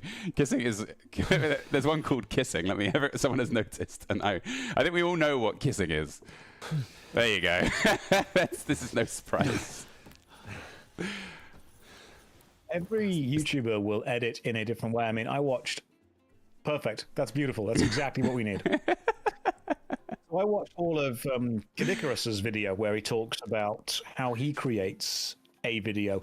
And I think a lot of people who watch various YouTubers are interested in their process behind the scenes. Your process is actually slightly more organized than mine is, seeing as mine will be, I will play the game, I will take notes as I play the game, I will then sit and write the entire script and do the voiceover for the whole thing. And then I'll sit down at my PC and I will just manually find every bit of footage that needs to match up with whatever I'm talking about at the time. But I don't name my video files the same way that you do. I just call them vid1, vid2, vid3, vid4, and then I just know what's in them. Yeah, exactly. I used to do it like that, but I don't think any way is better than another. Also, before we move on, chat needs to pick like what I'm going to wear and what color my fur is going to be. You can probably see the menu I'm on now. What do people want? So there's blue fur, green fur, there's a cool tie. The only problem with all this stuff is I think that Donkey Kong already looks better naked with his cool Donkey Kong tie. But okay, so people are saying I think we just keep going. We just keep going au naturel. We're perfect as we are. We don't need to change. I can't afford any of the things I've said. I can only afford the green, so I'm going to get that. It's kind of the decision is made. I quite like the green fur. Let me show you. Maybe get dressed. Okay, sorry. I'm ready now. Oh, I can't. How do I get changed? The closet to the left. Well, there you go. Oh, there we go. I'm in. Sorry, what were you saying? I did mean to interrupt you, but I apologize for interrupting you. No, we were just talking about the way the different YouTubers have different processes. There's yourself, there's myself, and Kadikarus who do it differently. H-Bomber Guy as well just has a massive collection of so much footage from so many things. I have a stock footage library of footage from Fallout 4. So like, shall I imagine you would do. Should I just show this as well? Are people interested in this? I think it's quite interesting. And it's my stream. Yeah, I keep the footage. Yeah, I keep the footage of all the MMORPG games I play. So in the future, if I need footage of World of Warcraft, I don't need to boot up World of Warcraft again and go and get it. I can just grab it from a folder I've got somewhere. I do the same thing with pretty much all the old YouTube videos. I only recently started doing this, but yeah, like if I open Fallout 4, here we go. There shouldn't be anything weird in this folder. I'm just worried there'll be like a naked person, but there shouldn't be because I don't. Just because. Because there are the naked you mods. need to just start storing all of that in a folder on your desktop called homework, like the rest of us do. It's just because sometimes I will show naked people in my videos, obviously, and blur them, so I'm worried that there might be something here. So what I've got, for example, you can probably see, is like, so this is Fallout 4. If I do like nuke explosion, so if I ever want to show an explosion of the nuke, I've got the opening nuclear. That's great. The opening nuke exploding, and I've got like a really perfect shot of it. And so if I ever, and you can like search if you ever need an explosion, you just search your computer for explosion, and this will also come up. It's really, I really love all this sort of stuff. Weirdly, I have one called Money, and it is a conveyor belt of money going by. You'll see in a second. I don't know in what universe I will ever use this bit of stock footage, but it's there. You'll see it. I don't know what that's for. Perfect.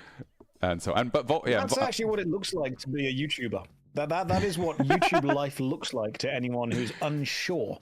But I've got like the vault stuff is really useful. Just like different shots of vault people looking at things. Anyway, but yeah, there you go. What Donkey Kong stream? What are you talking about?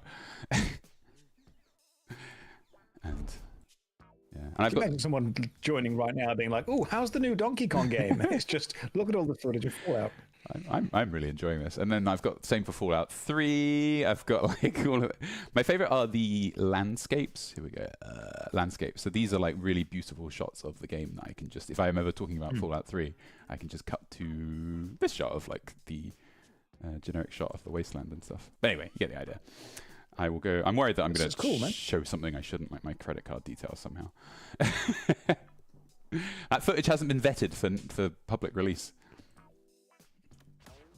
You've all just seen behind the curtain. Yeah, exactly. You've all just seen a little bit of behind the scenes footage right there. There are even more people donating even more money to this fantastic cause, and you are at 87%. I thought you were going to say raised already. You've done incredibly well. I thought you were going to say 87,000. I was like, what?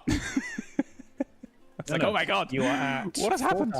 £4,384 has been raised from 165 people giving their hard to this incredibly worthy cause. So thank you everyone who has helped out with that. It is a cost of living crisis. Everyone is struggling for cash, but any amount that anyone can give to help effectively fund research that is massively underfunded and needed to be done. Yes, exactly. And we've already there was $100 donated by BP Phantom, so thank you so much, as well as Turnip Cannon, who donated $75, and Cillian. That's right, isn't it? It's like Cillian Murphy. Cillian and Rachel, who donated €30. So thank you all so much. And it's just mental. Mental, am I right? Thank you all, yeah. It's one of those things where if this was something that... You tend to get a lot of the money goes toward a hell of a lot of male-focused medical research. Yes, and this is something that affects so many people across the world, and the fact that people can support and that you are using your own personal experience for one hell of a positive push for the world. That is an incredible thing to... Everyone in the chat should be super proud of what you are doing. Yeah, and it's interesting. Like I mentioned in the video I made that one of the reasons me and Emma did IVF is because of like health stuff relating to it. Yeah. And without revealing too much about like Emma's personal health stuff, basically she was experiencing a certain issue and she went to the doctors about it, and they were like, there is no like treatment for this. Like there's nothing that we can do. Like there's been so little funding in it. So that Emma just went on Instagram. Yeah. And this is not always the best thing to do, but her problem was very much she just found some supplements, basically, like just some very normal over-the-counter supplements that she took, and immediately she saw an enormous difference in like the symptoms she was having relating to like a pregnancy, like a fertility issue. And it's just crazy, and the doctors don't have the information that they can give you, and then there's like forums of all women like talking about this and trying to find ways to deal with these problems because there's just no research into it. And what's so good about this charity is like, because it's centered at women, is they're able to do research that isn't being funded currently. So it's a really good charity, really, really amazing. Yeah, no, it sounds good. It sounds you've got to focus on it. You've got a really good idea, really good support for it, and you're making life better for a hell of a lot of people ahead of you, which is a rare thing to do. It's a level of empathy that is just not seen as often, to be able to say, right, I'm going to make life better for other people. Yeah, exactly. And it was just like, that's very nice of you to say. That's very nice. See, I'm going to say nice things. That's what I'm here for. Yeah, it's, like I had this stream planned for a while. I was going to do it when the Switch came out, and I'm really glad that I got to combine it with this and do all of this cool stuff. And have you on. Have a nice Donkey Kong time. Yeah, I'm like a little addition, a little extra, little cherry on top kind of thing. That's what it was. A little side salad. And not like the main part here. Like I would describe myself, for anyone who isn't familiar with my content, I describe myself as whelming. I am neither overwhelming nor underwhelming. You watch my videos, you're whelmed. Some people overrate me, some people underrate me. I think I average out at about rated. See, that's interesting. I use the term whelmed to imply that I'm being overwhelmed, which obviously doesn't make sense, but that's what I've always said. So if I'm like playing a video game and I'm getting overrun by like, Maya lurks for the Fallout fans out there, I'd be like, Yes. I'm being whelmed. I'm whelmed. Because I think saying that you're whelmed is a version of being overwhelmed. It's just lesser than being. You're not think quite it probably overwhelmed. is. You're on the way to being overwhelmed, but you're not there yet. Does that make sense? What does I'm whelmed enjoying mean? watching this game so much. Sorry. It's reminding me of the classic platformers like Spyro, or To me, it's very well, later on it gets very Banjo-Kazooie, but at the moment it's very much Mario Odyssey if you've played that. I was going to say it's just Mario Odyssey with a monkey And bananas. and bananas. That's the big difference right there. A distinct lack That of is the moons. big difference. So everyone in the chat, what are you guys up to today? What's happening? What's going on? Don't talk to them. What's the down low? Fill me. No, we Don't will. engage- Fill me in. don't engage What are you guys them. up to? What you doing? It's not all about you, Matt. My God, people are here as well. Josh What are you S. guys up to? Josh S says whelmed means not impressed. That's fine. I'll take that. I don't know if that's a dictionary. See, some people are waking up. Some people are hanging out, chilling after a long day at work. See, these are the answers that you wouldn't get because you got to pay more attention. I do. It's, Just finished playing some Sea of Thieves. Good choice. Never played it, but I've heard it's quite fun. And Shotgun says, I just washed my dog. Oh, See, no. this is what you're missing out on. I'm not asking. Have you ever watched a dog? That's a good question. That was a long I think pause there. we all, metaphorically, physically, emotionally, willingly, unwillingly. I don't know where you're going with this. I'm Did the afraid. dog want to be washed? I mean, I've put a dog in the shower, closed the door, and turned the shower on. That kind of work. To be fair, my dog doesn't mind that. They just kind of stand there getting wet and stare up at me. Well, They you don't had- mind the water. You had to say that after saying that you locked your dog in an enclosed space and turned off I didn't the shit. lock them in. I just held the door shut to make sure the shower water didn't get out. I'm not locking my dog in the shower and leaving. I don't know. Like a banana. Oh, banana. So I'm changing the subject away from you locking your dog in a shower. I didn't lock my dog in the shower. I put them in the shower I cubicle. put them in and there. closed I the did not door. lock them in I'm not there. getting cancelled over this. This is not what's going to stop my YouTube career. Oh, the Josh Hayes situation is crazy. Lock the dog in the shower. Oh, every situation is crazy. Why are they all crazy? Why isn't the Josh Strife situation just really nice and pleasant for everyone involved? I mean, it is, It would be obviously. whelming. It would be a completely whelming situation. Look, this map is so confusing. I just went down and then I've come back up again, and I just...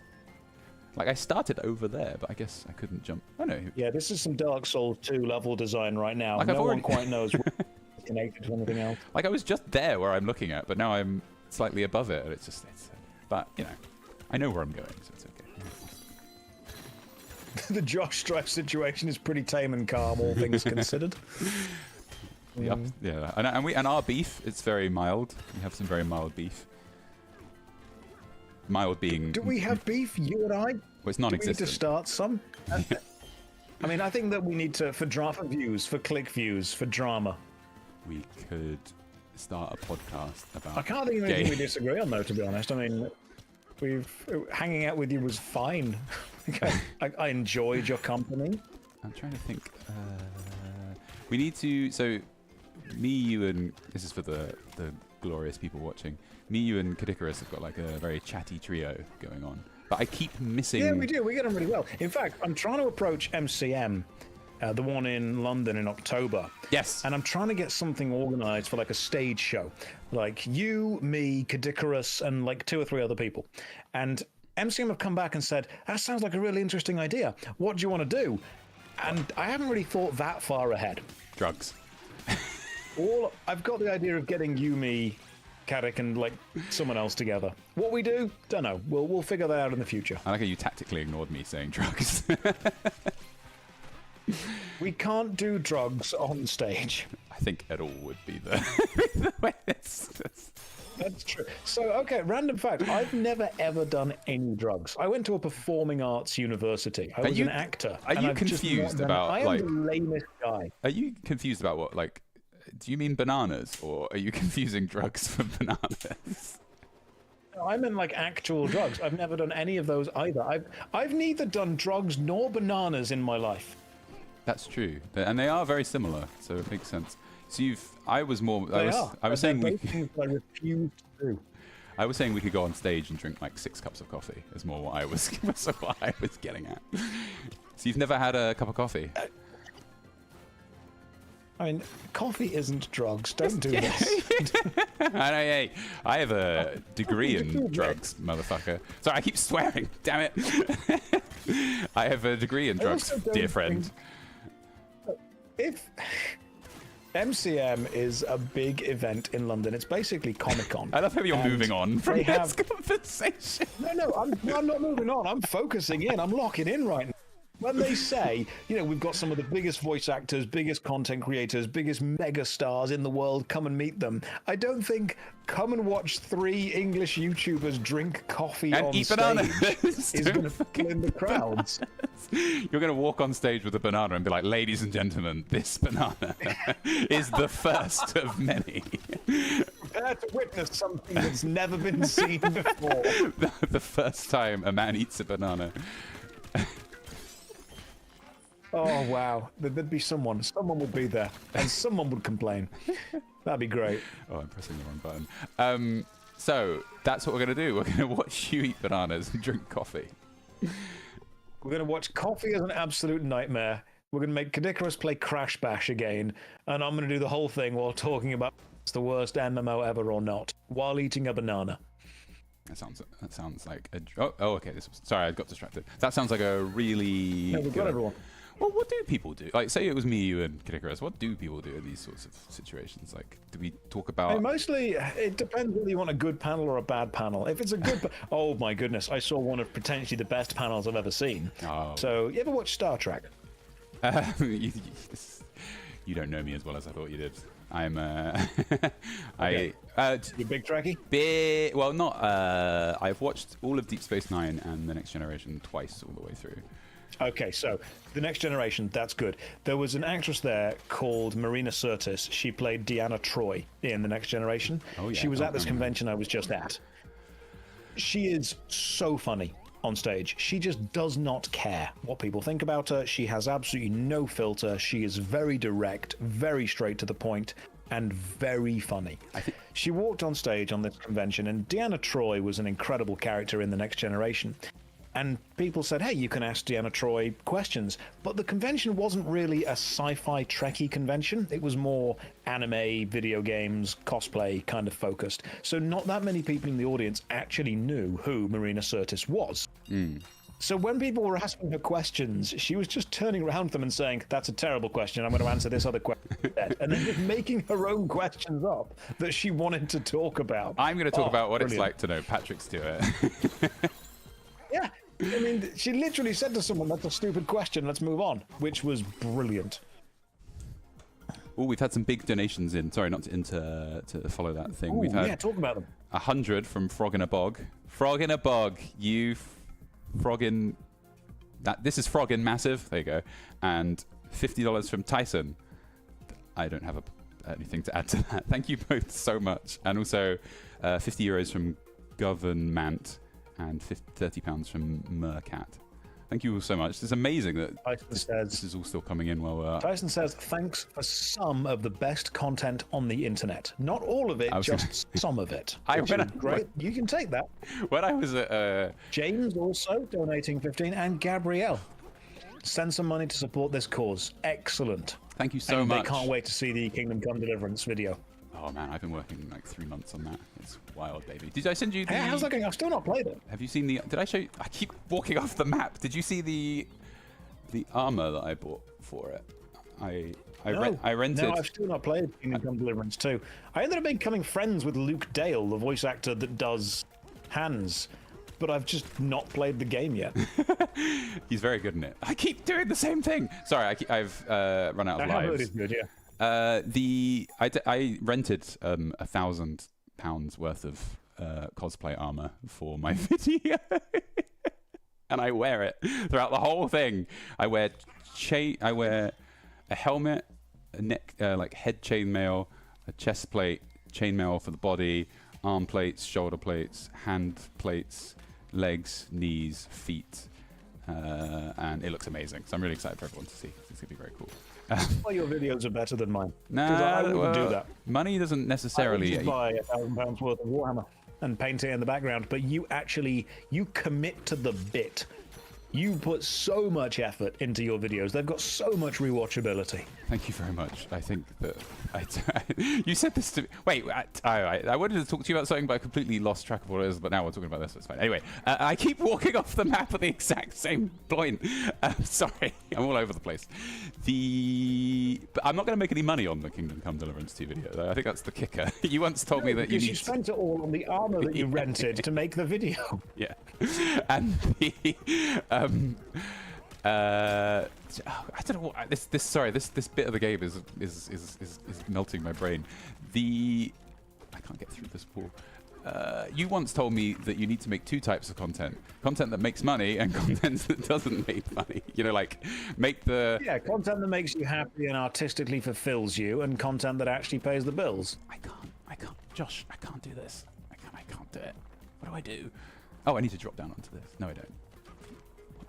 Do you mean you can't do the grappling game that you're trying to do right now, or you can't do the content? Because some videos people will watch and the ad revenue will be high, but they will not artistically fulfill you. Other videos will artistically fulfill you and satiate that desire you have to create good content, but they won't make as much money and no one will watch them. So you have to kind of balance what you're making for you and what you're making. Yeah, I don't do that. That's why I don't. No, you don't. You just make videos that you enjoy making, and that's why all your videos are really good. Oh, you. What do you like? Oh my God. I don't know why I can't. Thank you. I don't know why I can't do this, Josh. I can't do this. I'm talking about the game, not talking to you. Okay, so every time you punch, what makes you drop off the handholds? Do you have a limit for how long you can hold on for? No. I'm going off where the thing is. I've done this before. It's just because I'm engaged in such fast, interesting chat. I need to just go, because I can't punch through this wall fast enough to get through it. Yeah, you can just about see what I'm doing. So I'm making it very clear why I'm failing. Oh no, I'm doing it. I think just I have to persevere. Yeah, that works. This doesn't seem right. Oh no, yes, here we go.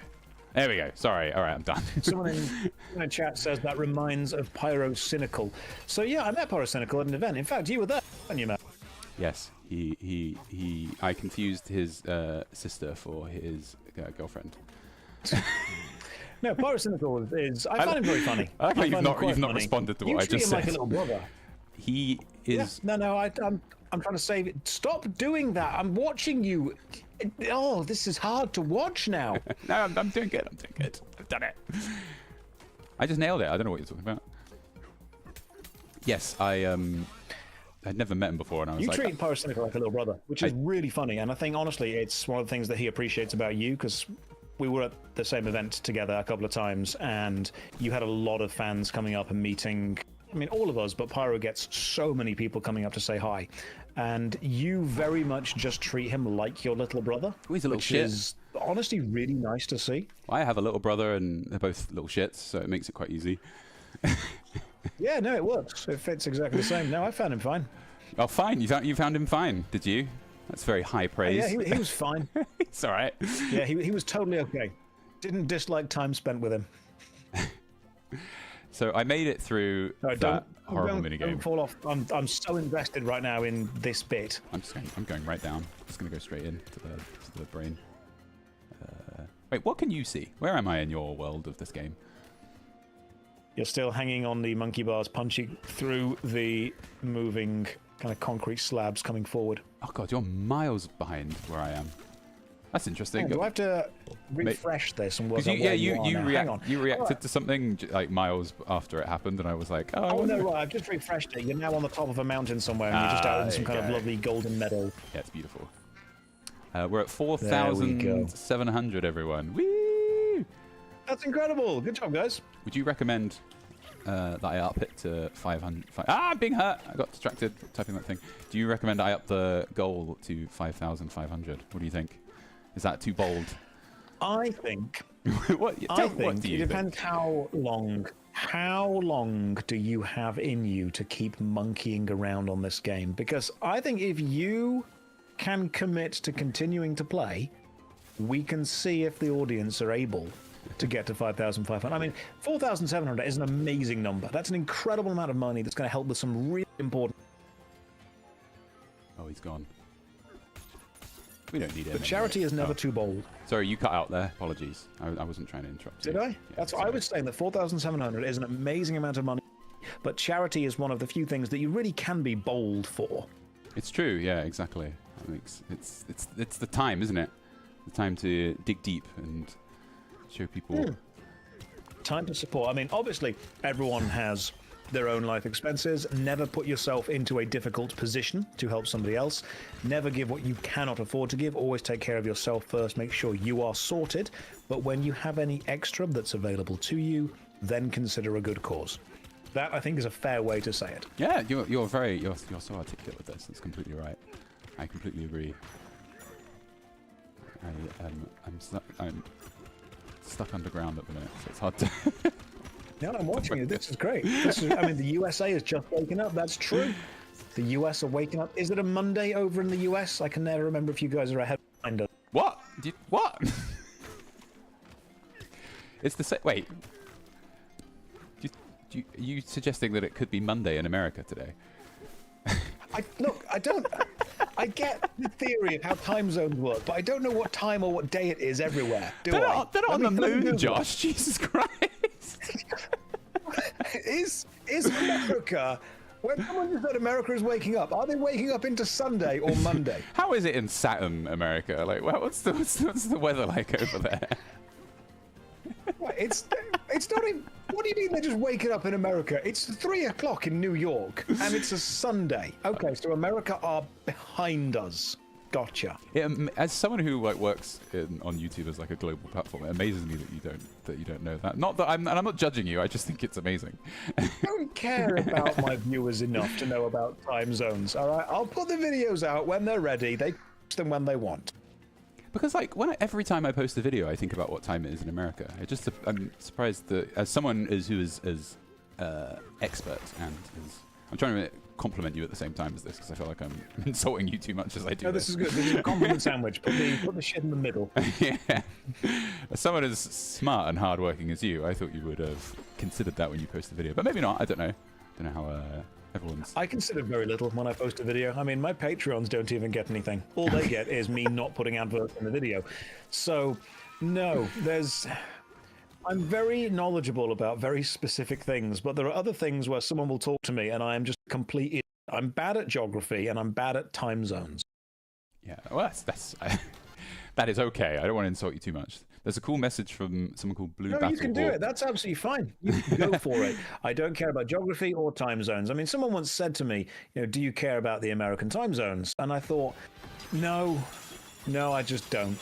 I was gonna read a message out from Blue Battlehawk that was, I haven't any money to give, but I wanted to thank you for your video. I will take it into myself and use it as an example of what healthcare can do to support folks and advocates for change in the US, which I think is a very amazing and sweet message.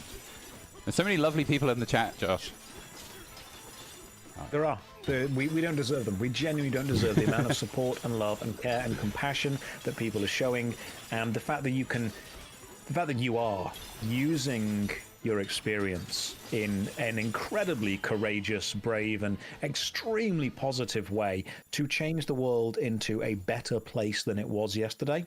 That's commendable. That's extremely respectable. Oh, thank you, Josh. You're so nice, Josh. Crystal Gear even says this is an incredible cause. It's my birthday today. Oh, happy birthday to you.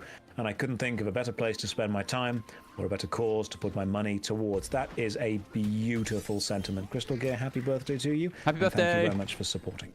Oh, I really like you reading the chat. That's really cool. If you want to do that, that was really fun. If you want to become I'll do that. That's what I'm here for. You just play the game. You have a good time. Only if you want to. Chat will. I mean, when you said, when you asked me to come on your stream, what you're effectively asking is, do I want to take over? Which is, yeah, that's fine. I'll do that. I'll give you a virtual access to my computer, and we can swap places. I'll start making videos about MMOs, and you can. Yeah, you play MMORPGs, and I will start playing Fallout. No, I'm diversifying. Get with the program. I'll rent the £1,000 armor set instead. to make the video, and you can just play the old games that you downloaded from an emulator site somewhere and edit them using just crossfades. I played like 100 hours. Don't even need keyframes, just crossfades. I don't even green screen properly. Well, you don't really need. I think I have a really amazing camera person. He's been in the industry for like 50 years, and I always get him at least for one day. He arrives and he sets, because I like to have really nice sets in the videos because they're set in a nice place. So he arrives, and in the Fallout 4 video, the set is absolutely amazing, and where we filmed it was amazing. But his name's Milo. He's my cameraman. He turns up, and he's been in the industry for about 30 years as a camera and director, and worked around the world doing amazing stuff. So he arrives, and we'll just spend like 3 or 4 hours just like setting everything up and making it amazing. But then what the issue is, though, is that sometimes he's like, oh yeah, so this shot's really good, but you know, we could add this and take away this and do this. And I'm like, Milo, this is going on YouTube. Like, and that's the only times where I need to like rain it, because like, having like a perfect green screen it's just, people make their careers off of having bad green screens. And that was to put Milo. I have. That's only, Milo is amazing. It's just these one things that I was mentioning. But yeah, yeah, like you just. There is definitely a level of quality that you can almost make a joke of it. I specifically sometimes don't chroma key correctly, so there's a little kind of flickering bit of green blur just in the corner, which gets people talking. It leaves that kind of amateur, made in your bedroom feel to it, and that's because it's made in my bedroom, and I'm not putting as much effort into it. So and it works really well for me. Well, yeah, exactly. And you know, do you really want to start open that can of worms? Like, once it's perfect, it'll have to be perfect the next time. I think the truth is most people don't watch my videos. They just put them on in the background while they're doing other things. Because I know that I've got a load of YouTube content creators that I don't watch, but I will happily put on in the background while I'm doing something else. I mean, earlier I was tidying the garage while listening to an hour-long video about Perry's career after Friends. And I don't want to sit and watch that, but I'll listen to it. Yes, exactly. I also, I said that Milo was in the industry for at first 50 years and then 30 years. All the chat's like, Milo's been in the industry for 119 years. Milo invented the camera. Yeah. It's true. Milo's been there since the start. Oh, God. What am I even doing? Who even am I? Right, I'm kidding. So I'm going to play, we'll probably do this for like another, well, you can go whenever you like. You don't have to stay over the whole thing. I don't want to drag you through this game. I'm going to probably stream for 1 more hour. So let's see where the donations are at. Want to update the toll? I have a message from my wife saying, want to update the toll? I thought you'd never ask. Yeah, because right now you are on... Let's have a quick check. You are on 4,873. That is 97% of the way there. We've had some donations from Anonymous, from Quantum Vault, from Ali, from David. $100 from David, you absolute legend. David! Oh my God! $100 from Quantum Vault. Good Lord. Oh, David, that's amazing. I'm gonna round up slightly the on-screen total to 4,900. So that's gonna be really awkward if we don't hit that title, because I will have stolen some money there by over checking it. Oh. No, you'll get there. That is incredible. That is such a generous thing. And Donkazord as well with $25. That's super, super kind and very, very generous. Thank you, Donkazord. I hope I said that right. You did. Yeah, I'm gonna do. Well, I was gonna go to like 9. I think is a good time. I think at that rate we'll hit. Oh my God! Oh my goodness me! What am I doing? All right, I'm back. Sorry, I'm here. People are asking, wait, is that the British MMORPG guy? Yeah, so every British content creator knows each other. It's just a weird thing. Everyone ends up knowing everyone. In fact, Matt, you were on a podcast that I got sent a clip of, this was a couple of months ago, where you were talking about the fact that you were impressed that I somehow knew everyone. Was that the Champ and Contender podcast? Yes, it was. That was the one. Yes, that's my cousin's podcast. Sorry. And oh, is it? Who sent you that? Lots of people. People watch it. That's very, very cool. Yes, I am impressed that you know everyone. I don't really know any. I'm very much out of the loop. I don't make videos really. I don't know anyone. I have a very. Well, you see, when I was back in the industry, me and Milo, we started hundreds of years ago and we just knew everyone as we came up together. Banging rocks together to try and create music. Yeah, we were. It was a great time. He invented photography, and I started playing online games. It was good vibes all around. Oh, already we're Have at we passed 5,000? Yeah, already we've passed 5,000. So I'm glad that me writing slightly more than what it was didn't bite me in the butt. No, that's absolutely incredible. 5,031. Oh my goodness, Benny throwing 150 pounds at it. That's incredible. People are gonna wait. That's because that was what pushed it over the 5,000. Thank you so much. That's amazing. Oh, was it Benny? You said Benny. Benny, 150 pounds. Thank you, Benny. Benny, that is a beautiful, beautiful, kind thing to do. Thank you. It's hard to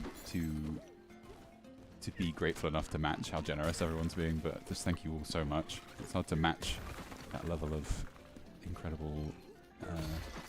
You can match it by collecting all these bananas and entertaining us. Yeah, is this enough? I hope so. Yeah, exactly. Yeah, You're doing well. No, someone was saying in the chat, every UK content creator does end up. There are events such as conventions or content creator meet and greets or meetups or any kind of industry thing. So everyone ends up meeting everyone at some point.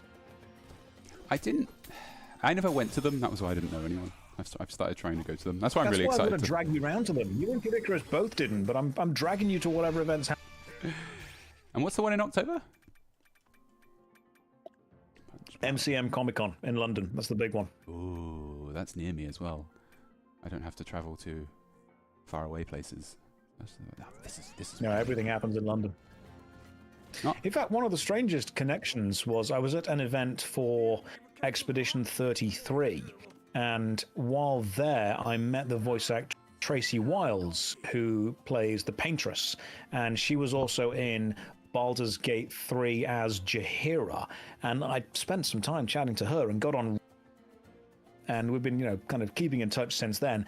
And one of the last conventions I was at, there was a guy called Andrew Wincott who played Raphael in Baldur's Gate 3, who was good friends with Tracy, and she just messaged me saying, "Hey Josh, I've told Andrew that you're going to be there, you should go and say hi." I'm like, well, I've not played Baldur's Gate 3, but okay. So just wandered over and said hi. Turns out Andrew Wincott was also in the game Broken Sword, which is one of my favorite old point-and-click adventure games. So everyone truly does end up knowing everyone. Oh yeah, also the thing about Baldur's Gate is that I've played 80 hours of Baldur's Gate, and I don't know who any of the people that you mentioned are, because so you can. That's to be a good game. It is. Yeah, it's amazing. Really good stuff. But it's like it's for me. There's too much in it. It's too much. I feel the same about Elden Ring. It's such a massive game that sometimes it's nice to have like a 20 or 30 hour game that you can play. And I feel guilty when I play Elden Ring and Baldur's Gate. I just feel guilty. I'm like, there's so much work and energy and it's all great and it's all gone into this, but I can't feasibly. You can't see it all. I can't feasibly take it all in, and it just makes me really stressed. That's because I'm very British way of. Totally get it. Someone in chat saying they thought I was Ashens. Again, that's a good person to be. I met Ashens at an event. Ashens was lovely. You're not Ashens. Who the hell are you? Who is this person? I'm sorry. I'm just not. Wondering if you met Tom Scar at those conventions. Yes, I did. I was actually on stage with Tom Scar a few days ago. If you go onto my Instagram or my Twitter, I was at MegaCon, and Tom Scar and I were both doing a panel about content creator origins, how we started, how we got to where we are. Oh, you didn't. Yeah, Tom Scar was lovely. I enjoyed chatting to him. Didn't invite me, did you? I'm not. I tried. I actually did genuinely try. I'm like, hey guys, can you get some more guests down? If you want to be involved in more of these things, I can push to get you involved. Yeah, sure. I mean, we're making this deal in front of hundreds of people, but I'm okay with that. Yes, we are. So this is just how all of the backstage, behind the scenes deals get made. Everyone thinks that it's always some super shady businessman somewhere. It's actually just a bunch of nerds behind the scenes being like, oh my god, I'm such a massive fan of this person. We should invite them so I can meet them. That's kind of 90% of how it works. Are we doing a dirty deal in public? Yeah, we are. Therefore, it's tax deductible. It's totally fine. So what are you playing at the minute? What kind of games? So I am working on a retro review of Neverwinter Nights, the second expansion, which is the Hordes of the Underdark, and then I'm probably going to go and play Neverwinter Nights 2, as that's just been remastered. I'm working with Good Old Games on a couple of things, because Good Old Games have just started doing their freedom to buy sale thing, which is their gaming response to a lot of the censorship that's currently happening with the payment processors preventing purchasing of various video games. And I've worked with Good Old Games a couple of times. Really, really good bunch of lads, like just genuinely fun gamer dudes. And when they said, hey, we've got all these new games, yeah, absolutely, without a doubt. I love those. So I'm playing Neverwinter Nights. I'm going to finish Neverwinter Nights expansion pack, start with Neverwinter Nights 2. The problem is that on my channel, RPG games do really well, but RPGs take absolutely ages to finish. So one game that I want to go back and play again. Did you ever play a game called Commandos?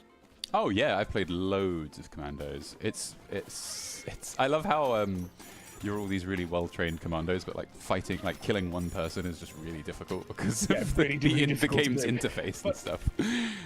I had Commandos as a kid. It's like a puzzle game. The same company went on to make a game called Desperados, which was like a cowboy version of the same thing. That's one of my favorite games of all time. I loved Commandos when I was a kid. And I thought, how difficult is Commandos? And I went back and played it, and it turns out it's really, really hard. That's because the controls suck. I got Desperados in a box of cereal when I was a kid, and it was one of the most... Dude, that's where games used to live! Yeah, and it was just a demo, and I would play that demo.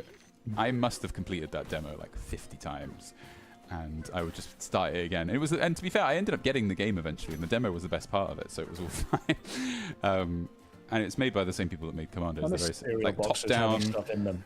Oh man, that's crazy.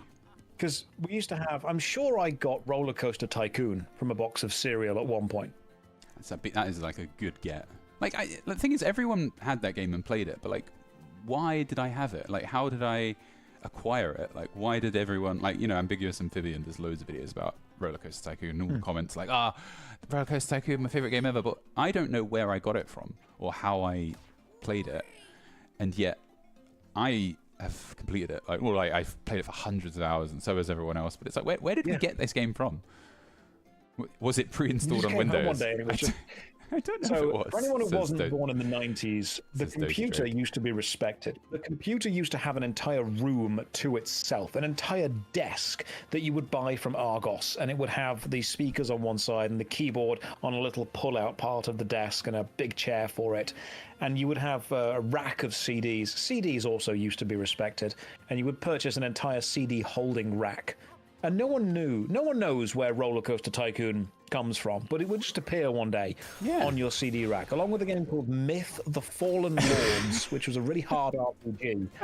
And I never finished it, but I have no idea where it came from. Bugger, sorry. I was going to say, yes, so you don't, sorry, the game distracted me. You don't have any idea where you got Roller Coaster Tycoon from at all. I'm going to try and move forward through this. I think it was from genuinely a box of cereal. I think it was a box of Wheatos in the UK. Like I had Lego Island. Oh my god, yeah, that as well. I would go to my grandma's house and I would get there and she'd be like, oh, like her computer just came with games on it and discs to play games, and so she'd be like, oh, well, there's this Lego Island game, and it's like, Gran, where did you get this from? Why do you have this? This is not going to work. Grandma's just a hardcore gamer. No, I don't know about that. She's just. She's finishing Lego Island. So, in fact, random fact, Lego Island 1, the original, has actually now been fully decompiled and is playable entirely in a browser. Well, and when you say decompiled, they found the source material to do that, like the source code. It's been a thing for a while where there's been a team of people trying to effectively... What's the best phrase for this? Kind of backward convert all of the Lego Island code, and they've finally been able to do it. I heard about that. And are you going to play it? So I played Lego Island 2, which was the one on the PlayStation 1 where you played as the pizza delivery kid. And that was great. That was really, really fun. I enjoyed that. There's no way it was as good as the original. I don't know, because Lego Island 2 was the one where you had the skateboard. Yeah, it was basically like GTA before. It was like GTA first person. Yeah, it was GTA Lego Island. You could ride around and punch people, and there was a helicopter and some police. Like, yeah, exactly. Like, it was like an open. It was sort of like, it was probably quite progressive for the time. Like, it was like a first person, like, and you would get out and it was open world, and you would travel in different vehicles, and you could design how they looked and stuff. I'm pretty sure.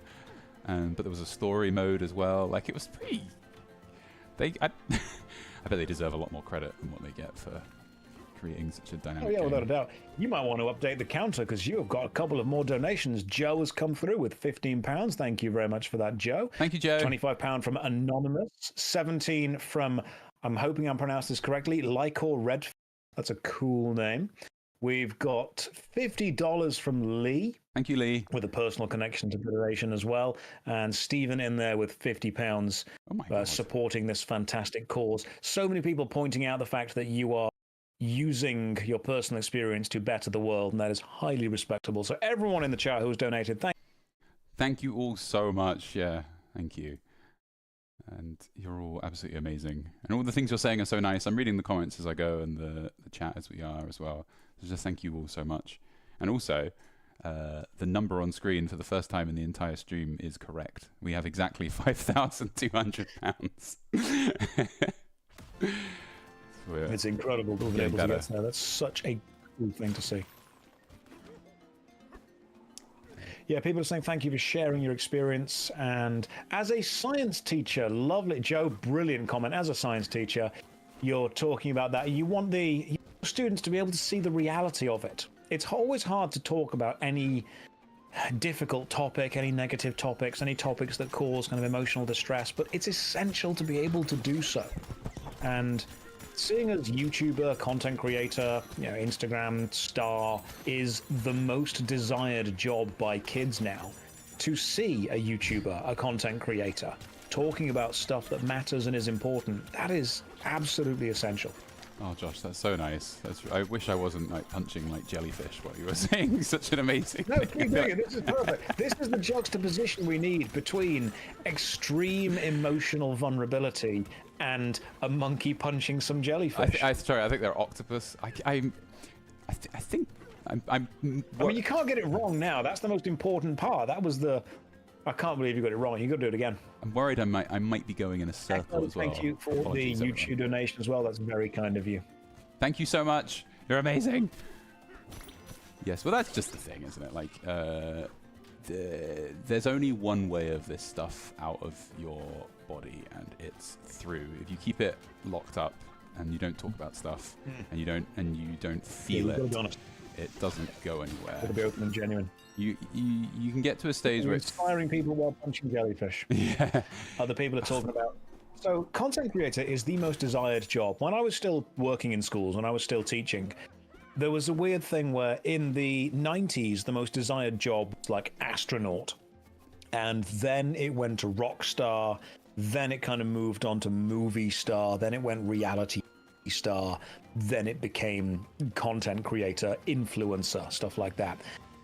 With these idealized jobs, kids don't actually want to do the lifestyle that gets them the job. They just want to have the recognition of having the job. People don't want to study the amount they need to study to be an astronaut. They just want to go to space, which sounds pretty cool. When people say, I want to be a content creator, what they don't mean is, I want to learn to edit. What they mean is, I want to play video games and get paid for it. Being really tired all the time is a really big part. Yeah. One of the first messages I saw was like in the chat. It was like, Matt, you look really tired. I hope you're okay. And it's like, I always look really tired. That is my life. Yeah. Content creation it comes with its own challenges of a job. Don't get me wrong. We're very, very blessed to have it. I've worked a long time to be able to do it. And that's exactly the same. But to think that it's just wake up and play. Someone said to me, I wish I could just wake up and play video games. And I thought, same. I don't play many video games, really. I know it's really weird saying I'm doing this. Once when I think I have told the story before, but it's only a very brief one. When I was, I quit my job and moved home because I didn't have a job and I didn't have any money to. Well, I wasn't earning money, so I couldn't pay rent, so I had to move back to Essex, and when basically it coincided with Fallout 4 coming out, so I was like, I'm going to do loads of videos about Fallout 4. I better not get in this thing. And I was living at home and I was playing Fallout 4 one morning. I probably got up weirdly. I probably got up at like 8 and then sat down and started playing Fallout 4 at like 9 in the morning and started like coming up with ideas. And my dad walked in and he was like, "Oh, so this is what you're doing now then, playing video games all day?" And I was just like, "No, this is the prerequisite to being successful, I swear." But it was very difficult to. I'm working on this. I get it. I was so embarrassed. I totally get it. So, as someone in the chat said, they can't believe that kids want to be reality TV stars. Absolutely. Most kids want to be whatever is seen in society as being powerful and important and wealthy and desired. So when you have an entire society who covet the idea of the reality TV star, that's what they want to be. Well, it's just like role models, isn't it? You know, it's who in your life do you respect and you want to be like them, which is very, it's very natural. Like the reason I did it is because of the Angry Video Game Nerd. Oh yeah, that's James Rolfe, isn't it? Yeah, no way I would have done this if it wasn't for him. To a lesser extent, John Tron, but he's James Rolfe started the whole thing. I watched everything. I watched every Angry, and this is what I was trying to say earlier about one of the skills that having only VHS tapes growing up was I could watch the same thing over and over and over and over again. So I did that with the Angry Video Game Nerd. I just watched every episode like 30 times, and so when it came to making my own videos, it was actually quite. It wasn't as challenging to come up with ideas because I knew the framework so well. I just knew everything he'd ever done off by heart. Yeah, which is a bit embarrassing. Yeah. So there are, and what happens is if you watch my really old videos, I watch them like, oh my god, like that joke. I didn't know that I had like partially lifted it from like James Rolfe or something, but because it's just like I've known that joke for so long that I didn't even know that I didn't come up with it. I'm better at recognizing it now, but back then I'm definitely like, that's slight plagiarism, I'm pretty sure, but it was completely unintentional. All of us are amalgamations of everyone that we've met before. We are all just a lovely melting pot of every person that's had, especially within an artistic context. They say that originality is difficult to find. You're effectively everything that you've seen before, everything that you've heard before. You're taking all the ideas you've been exposed to and adding your own unique twist to it, but it can take a while to work out what the hell that unique twist even is. Yeah. Until then, most people are just making the same things they've seen that they enjoy, which is fine. That's part of the creative process. It's just you've got to eventually move on from that. Exactly. Yeah, eventually step away and say, right, what am I doing? What can I do that other people aren't doing? People are asking in the chat if they can donate through Super Chat on YouTube. I believe they can, but YouTube takes a cut of it, so it's better to go straight to the website. You go through the website, is what I would say. Because YouTube take a cut of it, yeah, exactly. Do it that way. And so here in the game... People in the chat are asking... in general about content creation as a career. Oh yeah. I would encourage people to have a backup career before they go into content creation full time. I think that's a very good idea. Well, I had quite a bit of money saved up from the job I did as a quality assurance associate in a pharmaceutical manufacturing company, and it meant that I could do YouTube for about a year without needing a job. But then I ran out of money, and that was when I become a freelance science teacher alongside it. And so otherwise I'd have been screwed and I would have had to have just gone back to my original job. So it's good to have a backup career plan. Just like a freelance something is usually good because you can charge by the hour. If you have a full-time job, it can sometimes make it difficult to find the time. But obviously, you know, everyone's different and their situation is different. That was why I lived with my parents, because it meant I didn't have to pay rent so that I could work. I get it. It always surprises me how many successful YouTubers were teachers beforehand, because with you doing science and me doing people, and we've got at least a small school going. You cut out there, so all you said was me doing people. I was saying that it's always amazing how many YouTubers used to be teachers. So with you doing science and me doing drama, we can get a couple more YouTubers together and have at least a small school going.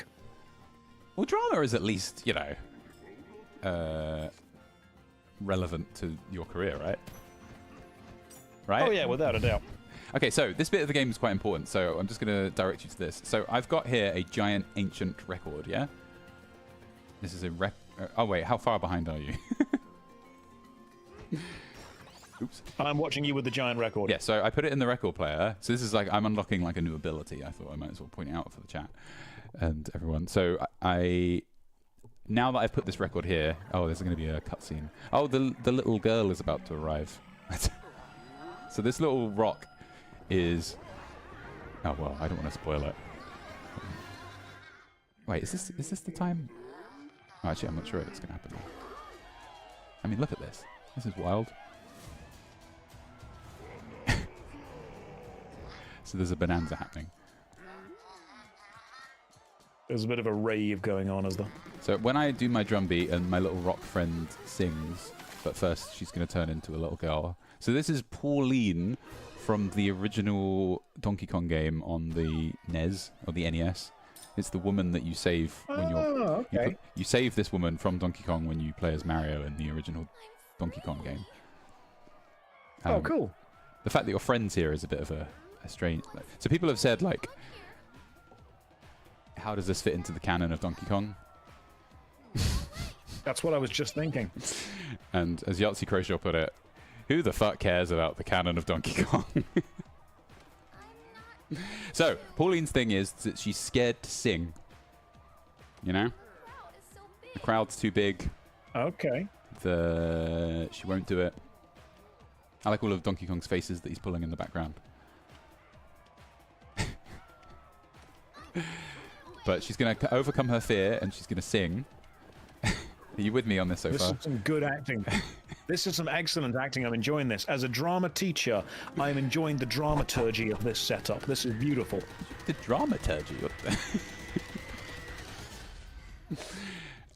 And my drum beat is so convincing that Pauline is going to sing. Pauline is supposed to be 13, but they've put so much makeup on her you would be confused about her intended age. So anyway, so Bonanza has begun because Pauline singing turns me into a giant monkey.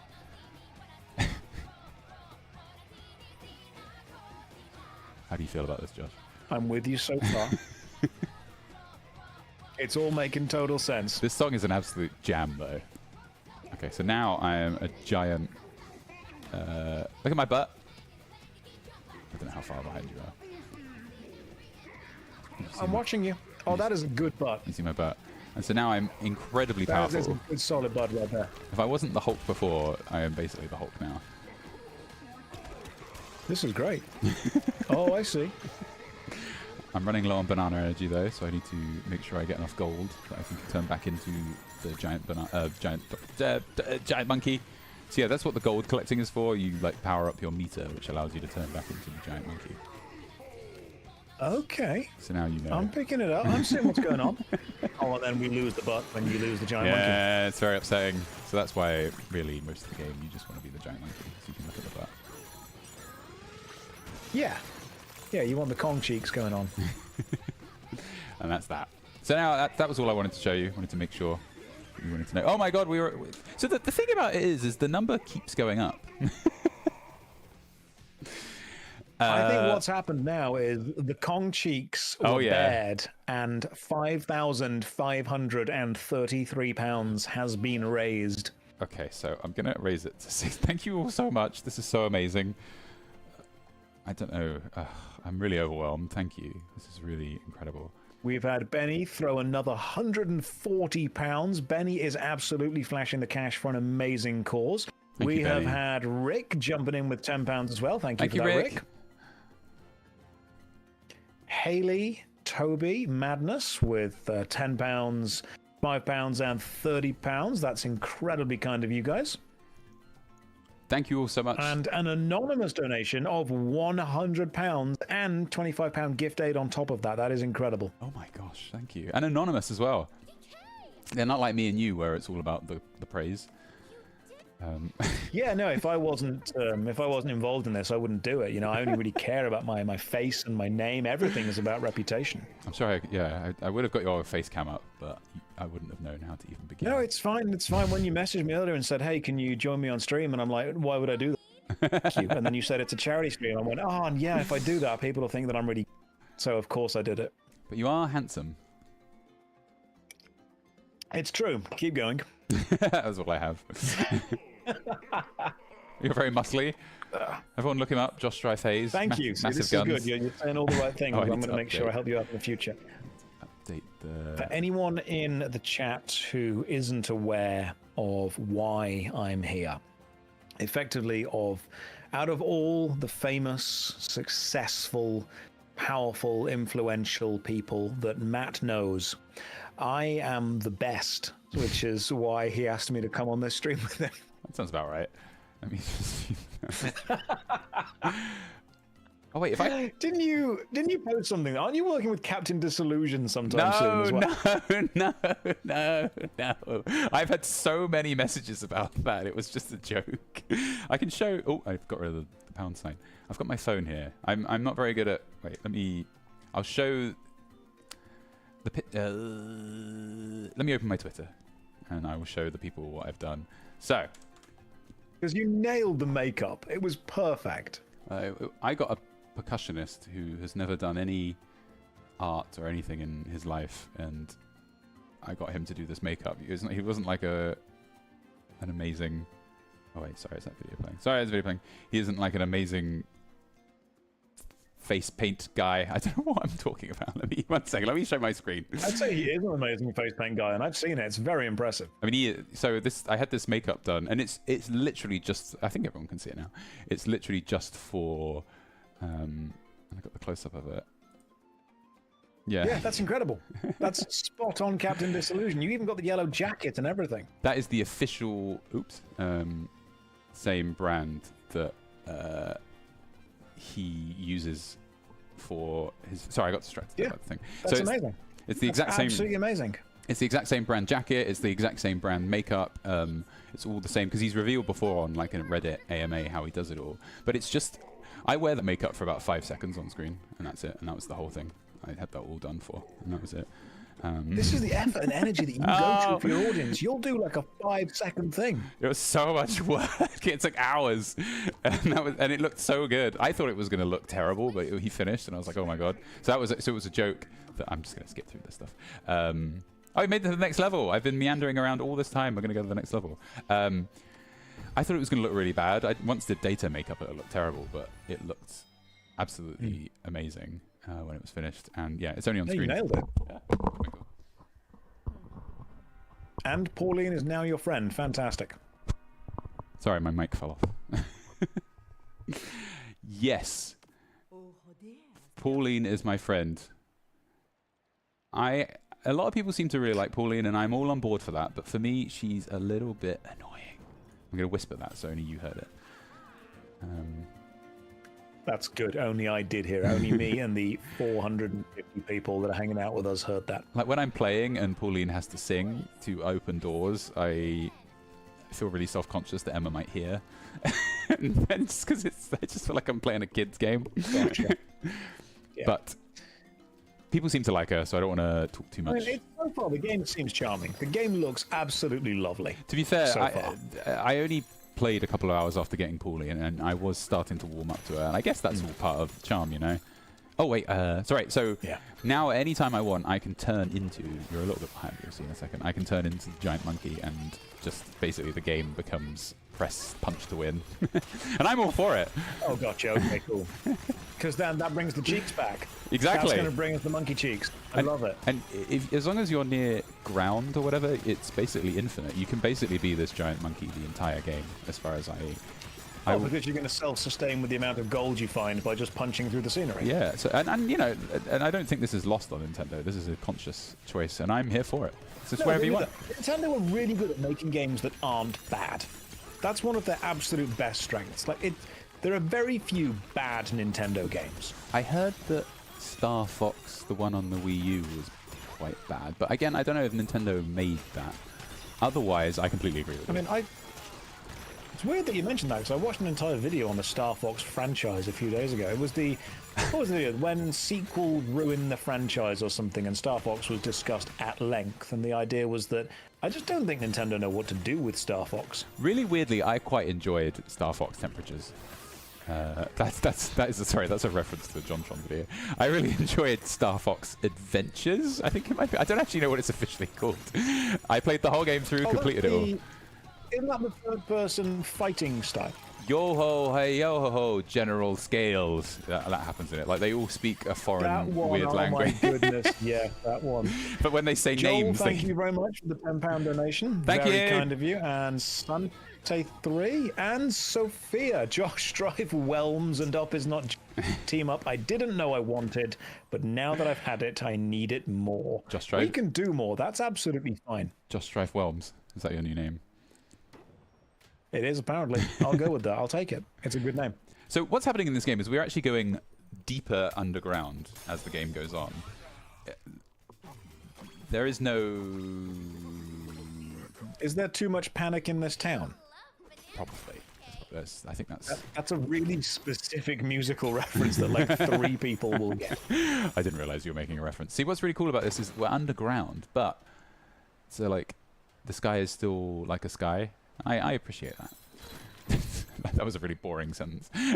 Okay, so this is the bit that I always feel really self-conscious when it plays while I'm playing this game and Emma's nearby. Pauline going, whoa! She's about to do it now. You'll catch up in a sec. Every time that happens... It was a Jamiroquai song. That, I sometimes forget that I'm old, and I make references, and everyone looks at me like, what are you on about? And I'm like, that song's not that old. And I'm like, oh no, that's 15 years old. I get why people don't get it anymore. I think I revealed my oldness by talking about how my knees were starting to go.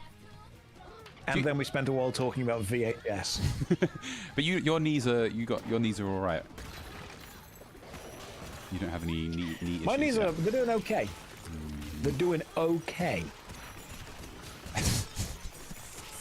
Yeah, they're doing all right. Yeah, they're doing good. They're doing good. I'm just trying to think of some, all I can follow up that is boring statements. I'm trying to think of something interesting to follow up what boring topic so I've brought how up. about this? This is how I realized that I was old. Oh yeah. I was at a convention and someone was on the phone to a friend of mine and they were basically asking, and they said the phrase, "I'm coming up," which meant they were, ascending the stairs and they were going to be with us. But as soon as they said, "I'm coming up," I replied with, "So you better get this party started," which is the lyric from the Pink song, "I'm coming up, so you better get this party started." Don't worry, everyone knows that. No, everyone knows that. Don't listen to them. They don't, because that song is 24 years old. Yeah, but how old were we when it came out? That song came out in 2001. Yeah, so we were like 11 when it came out. So we were young when it came out. That doesn't mean we're old. 24 years. There were people at the convention younger than the Pink song, "Get This Party Started." That scares me. There are people at university right now who are younger than World of Warcraft. They were born into a world where World of Warcraft already existed. They didn't see it get made. It was just there all the time for them. I think that's for the best, really, isn't I don't like that. I wish I was born after World of Warcraft. Like, I had to discover it and play it. I spent so much I just find time it playing strange that that there are game. people born into a world where stuff that we saw get made just exists for them. Well, oh god, I don't want to make this too morbid. I was thinking about how like oh no, I think it might be too morbid to talk about. I was thinking about I don't like the idea that there are. I don't like the idea that like I saw the internet get created and now people just immediately take it. I don't. Oh god. I think being, it's past my bedtime. That's why I'm getting cranky. I think being. What time do you go to bed? No, it's not. It's not past your bedtime. I thought you were being serious. As a YouTuber, any time between like 7 p.m. and 5 a.m. Yes, any course, time that yes. really suits me. Being this giant monkey is making me a bit delirious. You have been streaming for a while, and you have done an absolutely incredible job, and you have so far raised £5,761. Thank you, with everyone. Some money coming in from Claire. What a lovely donation of $15 from Claire. Thank you very much. And Ashley with 50 quid. Thank you, Claire. Thank you, Ashley. You're amazing. This is. I think the problem is that if I said that I would stop when it slows down, and I'm getting concerned that it's that I'm gonna be up all night. It's not going to. You're going to finish this game. Yes. You're going to finish all of. Welcome to this Let's Play of Donkey Kong Bonanza. Or as long as people keep donating to charity, Matt will keep playing Donkey Kong Bonanza. But you could have made it a bad game. Like you could have played the bouncer or something. But at least you're playing a good game. Oh, it's good. This game is really good, and also it's quite mindless. I can basically. I don't need to really pay attention to what I'm doing, and it's about to get a lot more. That level, the first level was really quite open world. It's about to get a little bit more linear, so I'm going to be able to completely zone out. Yeah. I was going to say how interesting, like, oh god, sorry, my microphone's getting pulled around. I remember what it was like before the internet existed. Very clear memories of. Same. We all had Roller Coaster Tycoon. Long summers in the sun and. And like lying outside, having nothing to do but like watch the clouds go by. I do sometimes think that there are so many things to do now that we don't commit to doing any one of those things because then we just don't want to. As soon as you commit to doing something, you're losing the potential for something else. That is exactly. That was it. a Dr. K video I was watching recently about it. That's exactly how I feel. That exactly sums up how I feel. Like as soon as I'm like, oh, I'll send you the Dr. K video because it was really interesting. Well, it's like I had a really good analogy and I completely forgot what it was. There are so many things to do that as soon as you commit. It was like when I was talking about how like I would just play Zelda: The Wind Waker and Metroid Prime over and over and over again. Yeah. Because that was the only thing to do. So it was really easy to just decide what to do because there was only like 2 or 3 things. So that's what you did. So you never got overwhelmed. But now it's like, well, I could I could start World of Warcraft, or I could form a yoga group through this Facebook page. I don't know really what that is. You know what I mean? The possibilities are infinite. I know exactly what you mean. It's the idea that if you have to make. There was an experiment done a couple of years ago where if you give people a choice between 2 different flavors of pasta sauce, they will choose one of them and they will not think too strongly about the flavor they didn't choose. Now, in theory, if you give someone a choice of 100 flavors of pasta sauce, you'd think, oh my god, they're going to be happier because they're going to find their perfect sauce flavor. The opposite happens because humans spend so long thinking about the 99 flavors they didn't choose that they don't just enjoy the one flavor they. The strange thing is, when you have 2 things that you could do in the day, you're going to choose one of them and do it. When you have 2,000 possible things, you're going to think about all of them, but not actually do any of them. Well, it was like this game came out, and I'm like, oh, I've been really excited to play Donkey Kong Bonanza, and then I completed Metroid Prime in between then and this stream for some reason. Because there's so many choices. Right, so this is important. We are at the boss monkey boss. What's really cool about this boss fight is because I can now turn into the giant Donkey Kong, it is basically you just win immediately, and I kind of really respect that. You'll see. You'll get there.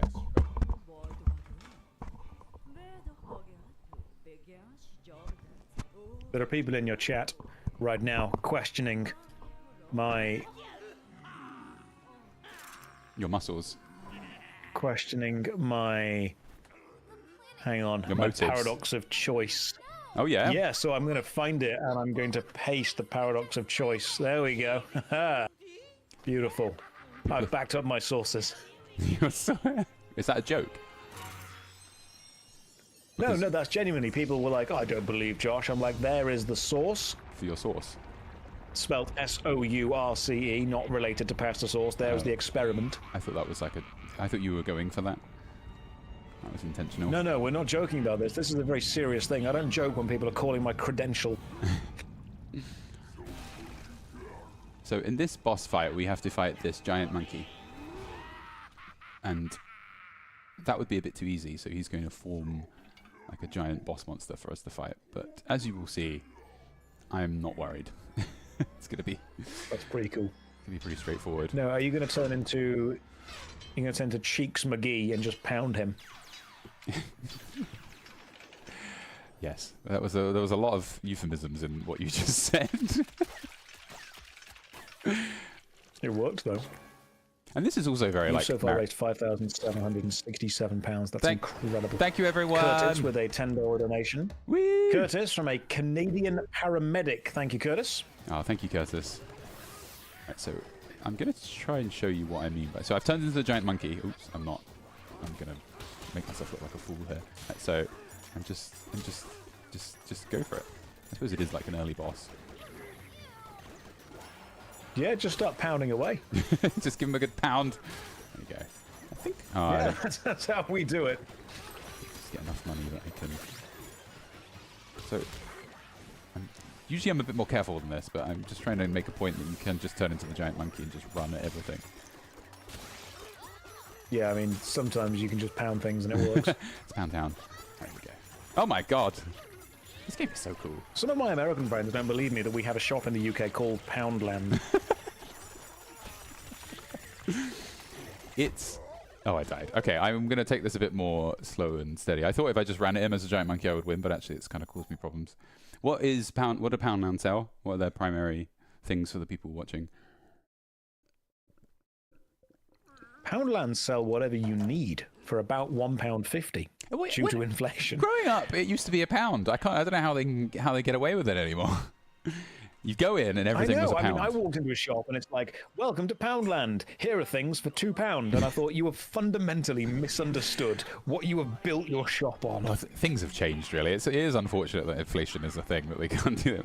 Because now they could build like tenner land and everything's a tenner. That would be what it would be like in a few years. Oh my God. So actually, believe it or not, in the city called Derby in the centre of the UK where I used to live for a bit, there was a shop called £5 Yeah, well, I mean, and at least they're honest. They just sold, they just sold bits of tat for £5. So instead of 1 pot noodle, you could get 6 pot noodles for £5. Poundland I can kind of get because people have a quid or 2 spare to go and get like a chocolate bar or drink. £5 was a terrible idea. The shop shut down almost immediately because you grab 2 or 3 things off the shelf, you spend 15 quid. Well, I'm reading that there are some people who are surprised that Poundland is actually a thing here. So what they would do, I watched, I think it was an episode of The Apprentice, the UK version, where they kind of worked, they like did some business for a place like that. And the way it works is, so in the shop window, they'll put things like, I don't know, like a can of Monster drink, and it would be £1, if that makes sense. Yeah. And so Poundland would be taking a slight loss, presumably, on that. Or like four cans of Monster for £1. And that would be at the front of Poundland. Yeah. And they would take a loss from that. But that's just to get you in. And then once you're in, you're like, oh, wow, this is a good deal. But the deals inside are actually really bad. And you're overpaying quite a lot. And in retail, we tend to refer to those as loss leaders. Oh, yeah. I worked retail for a long time, and loss leaders were the idea of getting people into a shop knowing that if they only bought that, then yes, you would lose money. Costco do it with their rotisserie chickens and their hot dogs and drink combo. The £1.50 or $1.50 Costco hot dog and soft drink combo loses them money. But you cannot go into Costco and only buy that. You will always buy something else. You need to buy 16 tins of baked beans. Exactly. Costco is amazing. Costco is my church. I mean, I've not been sponsored by them, but my God, I would be. I wish. Like, I don't know who to talk to get a Costco sponsorship, but I'd do it. Talk to Mr. Costco. I'll phone him up. pop into the office at some point, have a chat. But yeah, lost leaders of the idea of just getting people through the door. The McDonald's pound menu used to be it, and now that's changed and is more expensive. Yeah, it's like 150. I'm just showing people, for people watching, I'm just showing how you can be an infinite monkey. Just that's it, really. Because if you just smash all the time, then you will always get gold, and you can just be monkey forever. If you smash all the time, you will always get gold and can be monkey forever. That is the Nintendo philosophy, here, baby. That's the advice Matt's giving you. That's why Nintendo is my favorite company. Please sponsor me, Nintendo, and give me free Nintendo games. There are people who are like, really in Nintendo. Oh, sorry, what was that? 5,837 pounds. Thank you, Sante, for a donation of 69 euros. That's the funny number. He did that on purpose. Thank you so much. What was their name? Sorry, I missed that.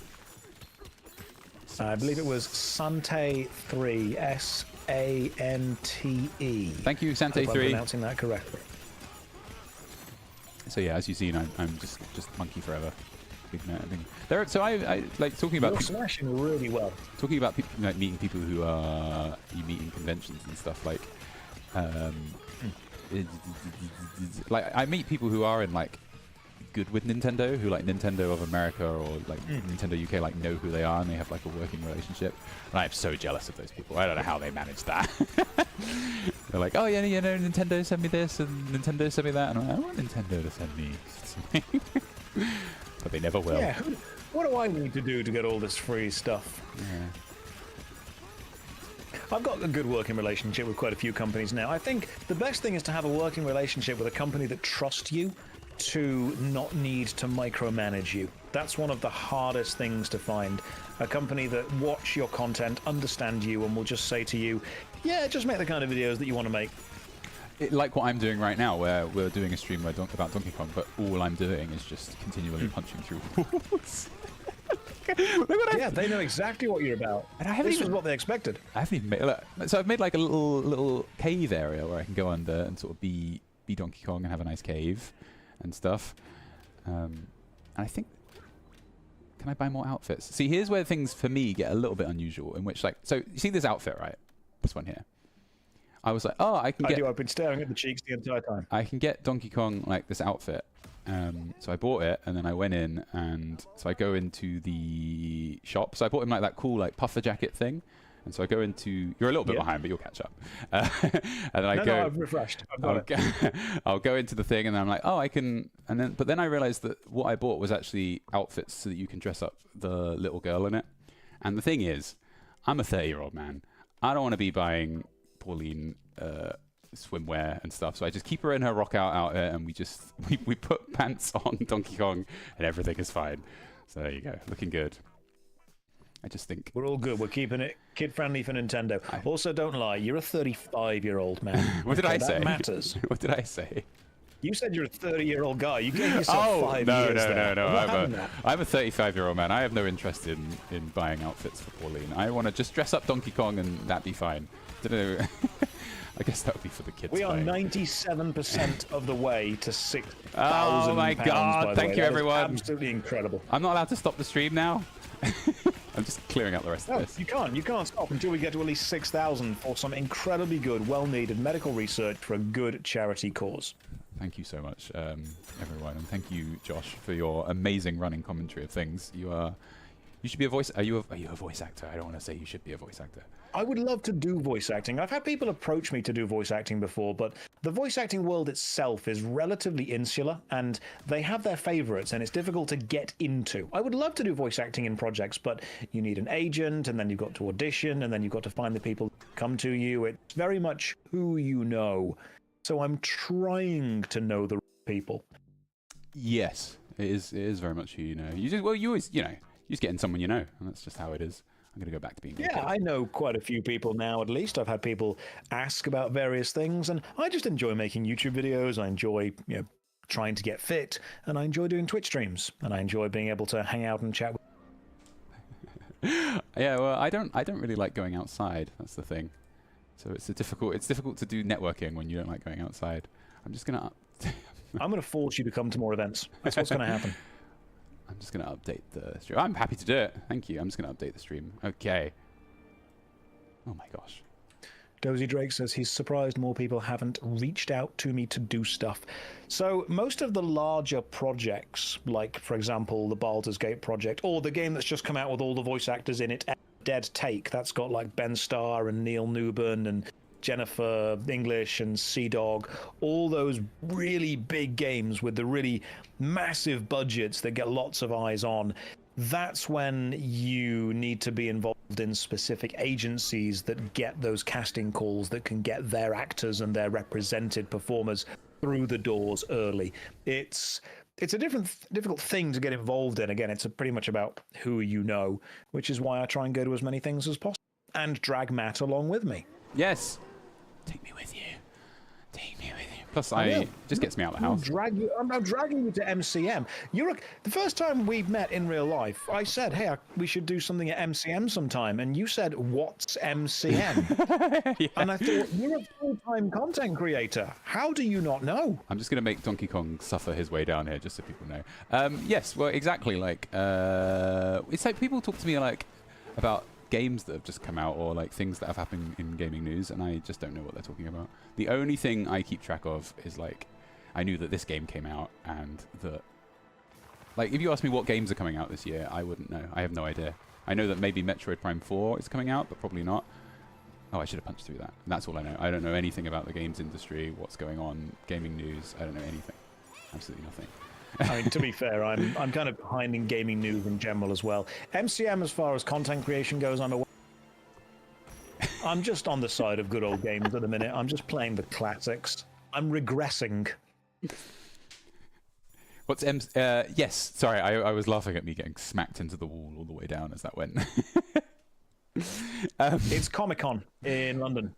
It's a huge, nerdy content creation meetup. I've never been to any of them, so it doesn't mean much to me, I'm afraid. So this is the bit that reminds... There was an event in the UK called... Sorry. No, go on, you first. This is the bit that reminds me of Banjo-Kazooie. I think this whole area here is like basically just Banjo-Kazooie on the Switch 2 and you play as Donkey Kong. Like even like all the sounds and the way that everyone... Like this, like the eyes on the crystals. I'm pretty sure this is something in Banjo-Kazooie. But if I miss these bananas, I think people are going to have an absolute meltdown. There we go. Sorry, yeah, continue. No, it's a good... it's looking like a good game so far. People are mentioning in the chat that you are an introvert and require... I can be that guy. That's my plan. Just dragging you out to events. Yeah. I think people can tell, especially when I do things like when I did the cat's protection video or the special effect video, how incredibly awkward I actually am. You have a hell of... You know, I've still got the little Goku model that we built together. I think I have it as well. Mine was in a million pieces, though. Yeah, we went to... I'm sure that was like Insomnia or something. It was either in... I think it was Insomnia. And we with those little push-fit building kind of toy thing, and we built a little Goku model, and we had a race, and you won, but you built your Goku wrong. I didn't put any of the internal structure, so now he's just 100 pieces again. You didn't pay attention to the eyes, you didn't pay attention to any of the hands. You know, your Goku would have lost a fight to anyone, whereas mine was out there beating Namek. Nah, Piccolo would have lost. I have a wife coming up the stairs. One moment. Oh, she's bringing me food up. Ooh! One moment. I'm just going to mute. Well, I don't have to mute things. Look. This is what I get for 3 hours of work. I get this one spring roll. Yeah. Thank you. Let me know if you want anything else. Let me what is spring roll? Oh, YouTuber life.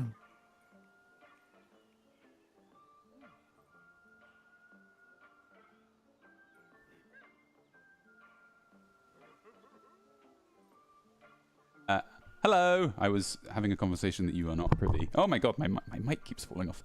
So what we do is I think we're gonna start wrapping it up. We could bait people into trying to get 6,000, but then that would mean that they wouldn't do it because they want you to keep talking, because they want to keep hearing your voice. They'll be like, if we get to 6,000, then Josh will leave. So let's do that. We'll go to 6. That's fine. We'll go to 6. You can make me go away. So yeah, let's do that. So everyone, if you are able to, or if you've got anything left in your little pockets, we could try and get to 6, and then we'll call it a lovely night. And just thank you all £10 so much. from Lucy and £15 from Jordan. Thank you, Lucy and Jordan, and thank you, Josh, for being here for this. I only expected you to stay for like an hour as a max, but you've held on for the love of the game. Oh, nice, 2 hours, cool. Thank you so much. So thank you as well, Josh, and thank you to my moderators, Paige and Dr. K. Ross. I always call them by their full name. I don't know why. Paige Harvey and K. Ross. They are amazing. Amazing mods. They do an amazing job. And they want to see the cat. The cat came up and then left, I think. I could text Emma to show cat. Every time I show the cat, it can get a bit full on because the cat's like, what do you want? Why are you showing me to the computer? And the cat freaks out a little bit, so I don't know. If they turn up, I will show cat, but I won't make them come up just for the thing. So anyway, this is my... Lee in the chat saying they've caught the end of the stream but cannot donate financially. That's absolutely fine. That's Lee, fine. As long as you are enjoying hanging out, being here, that's fine. And if everyone has your attitude, Lee, the stream will never end. So, stick to it. So this is my favorite part of the whole game. I was going to say. Emma's bought the cat. I'm going to move right out of the way. There he is. So willing. So happy. He's not happy about this. That's Freddy. Fine, show the cat. He's going to be... Perfect. That's everything we needed. I miss having a little black cat companion, so I can show him. There he is. Oh, he's quite well camouflaged on the ground. So the thing about Freddy is... Perfect. Luna, if I pick Luna up, she will freak out, and so I can't really do much with her in terms of filming. Luna is not very good at being filmed. Whereas Freddy, he didn't seem it there, but he's very happy to be picked up and messed around with. So I thought it would be really funny to... so what you got to do with this thing is you got to lock it off. But with Freddy, my cat... I used to have a little black cat companion called Sid, who everyone probably remembers. He was very popular. And I thought it would just be nice again to introduce a character that wants to kill me again. So I thought I was going to... So in the Kingdom Come Deliverance 2 video, he's going to be in it. But I'm going to do what I did when I started with Sid. And I just take...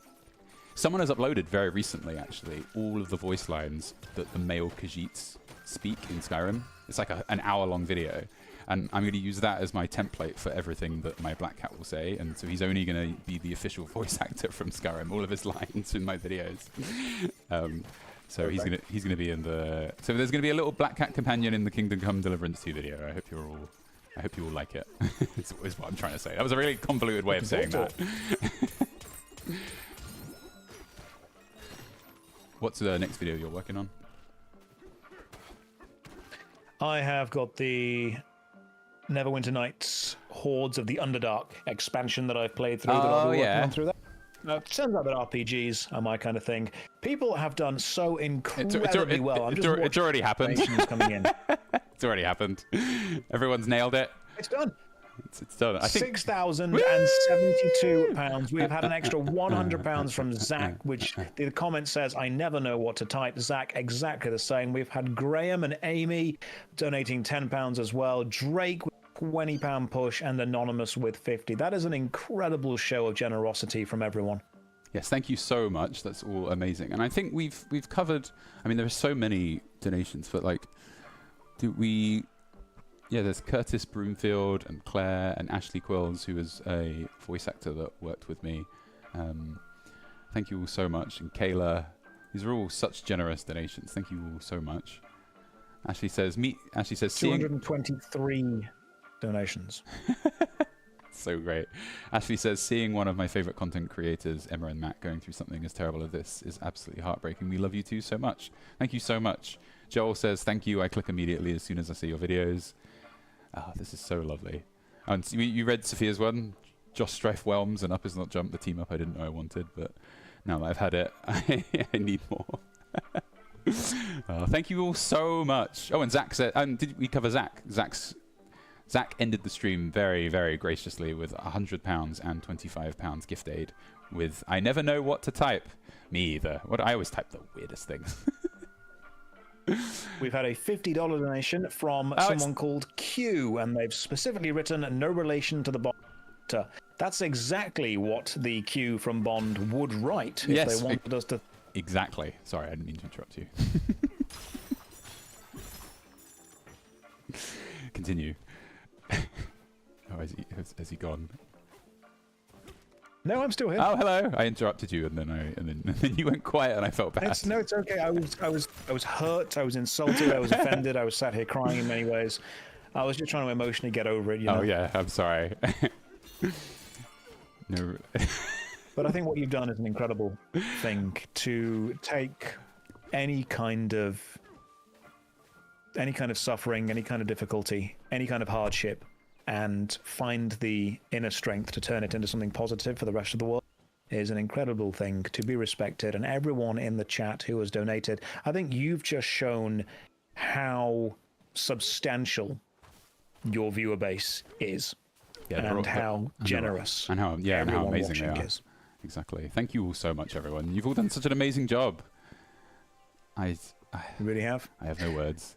This will be it's such 9 o'clock, and it actually is genuinely my bedtime now. So yes. I've got to head off. I'll see you later, Josh. Thank you for having me on, man. It's been really fun. Josh. I'll see you later. Everyone in chat, good job. I'll chat to you all later. Well done. Take care, bro. Josh Strife Hayes there. See you later. Thanks, Josh.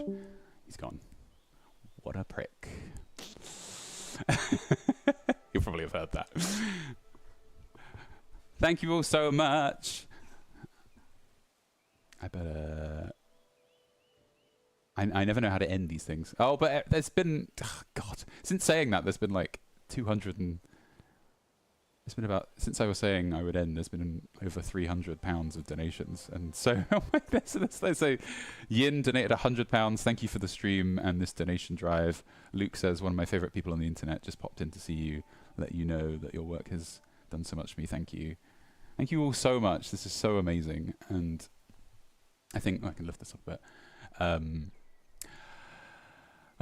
It's been one of the most difficult things that's ever happened to me, and I think organizing the stream and everything has been something I've really wanted to do, but it was a bit stressful combining work and this sort of stuff. But I definitely think I'm going to look back at this basically forever, and I'm be able to combine it with this really bad news I've had, but combine it with what we've managed to do today and this amazing feedback and how we've raised money to help other people. So I think I'm getting very emotional. I think that we've done a lot of good, and just thank you all so much for creating such a lovely memory for me, as well as helping lots of people. I better end it on that, because I don't think I'll be able to say anything else on top of that. So I'll see you all later, and thank you again to Josh Strife Hayes, and thank you to Paige Harvey and Kay Ross, who were the moderators for this. And Paige helped me a lot setting it all up. She even named the title of my video. She really helped me, because I had a title and she suggested some others, and she came up with some really good titles to call it. So it was the right pitch for everything. So she was a great help, and she works for special effect. She was in my special effect video, and that's probably everything. Bye everyone. I will just in case there's any more, I will read them. I'm reading all of the chat comments as well. Thank you everyone, like Benjamin and Cosmic Algae and Donka Sword. Thank you. So I think that's and the last donation is Big Daddy Rock. Matt, your content has done so much for me, and Matt, your content has done so much for me and my boyfriend. I really appreciate you, and this is the least I can do. Happy to know it's for a good cause, and that's £25 with £6.25 gift aid. So thank you all so much. I'm going to end it there, because I can keep going on forever. Get this game; it's really good. If you can, I really recommend it. And I will see you later. I'll see you in basically like a week or so. I'm uploading like a 30-minute Kingdom Come Deliverance 2 video, 35-minute one.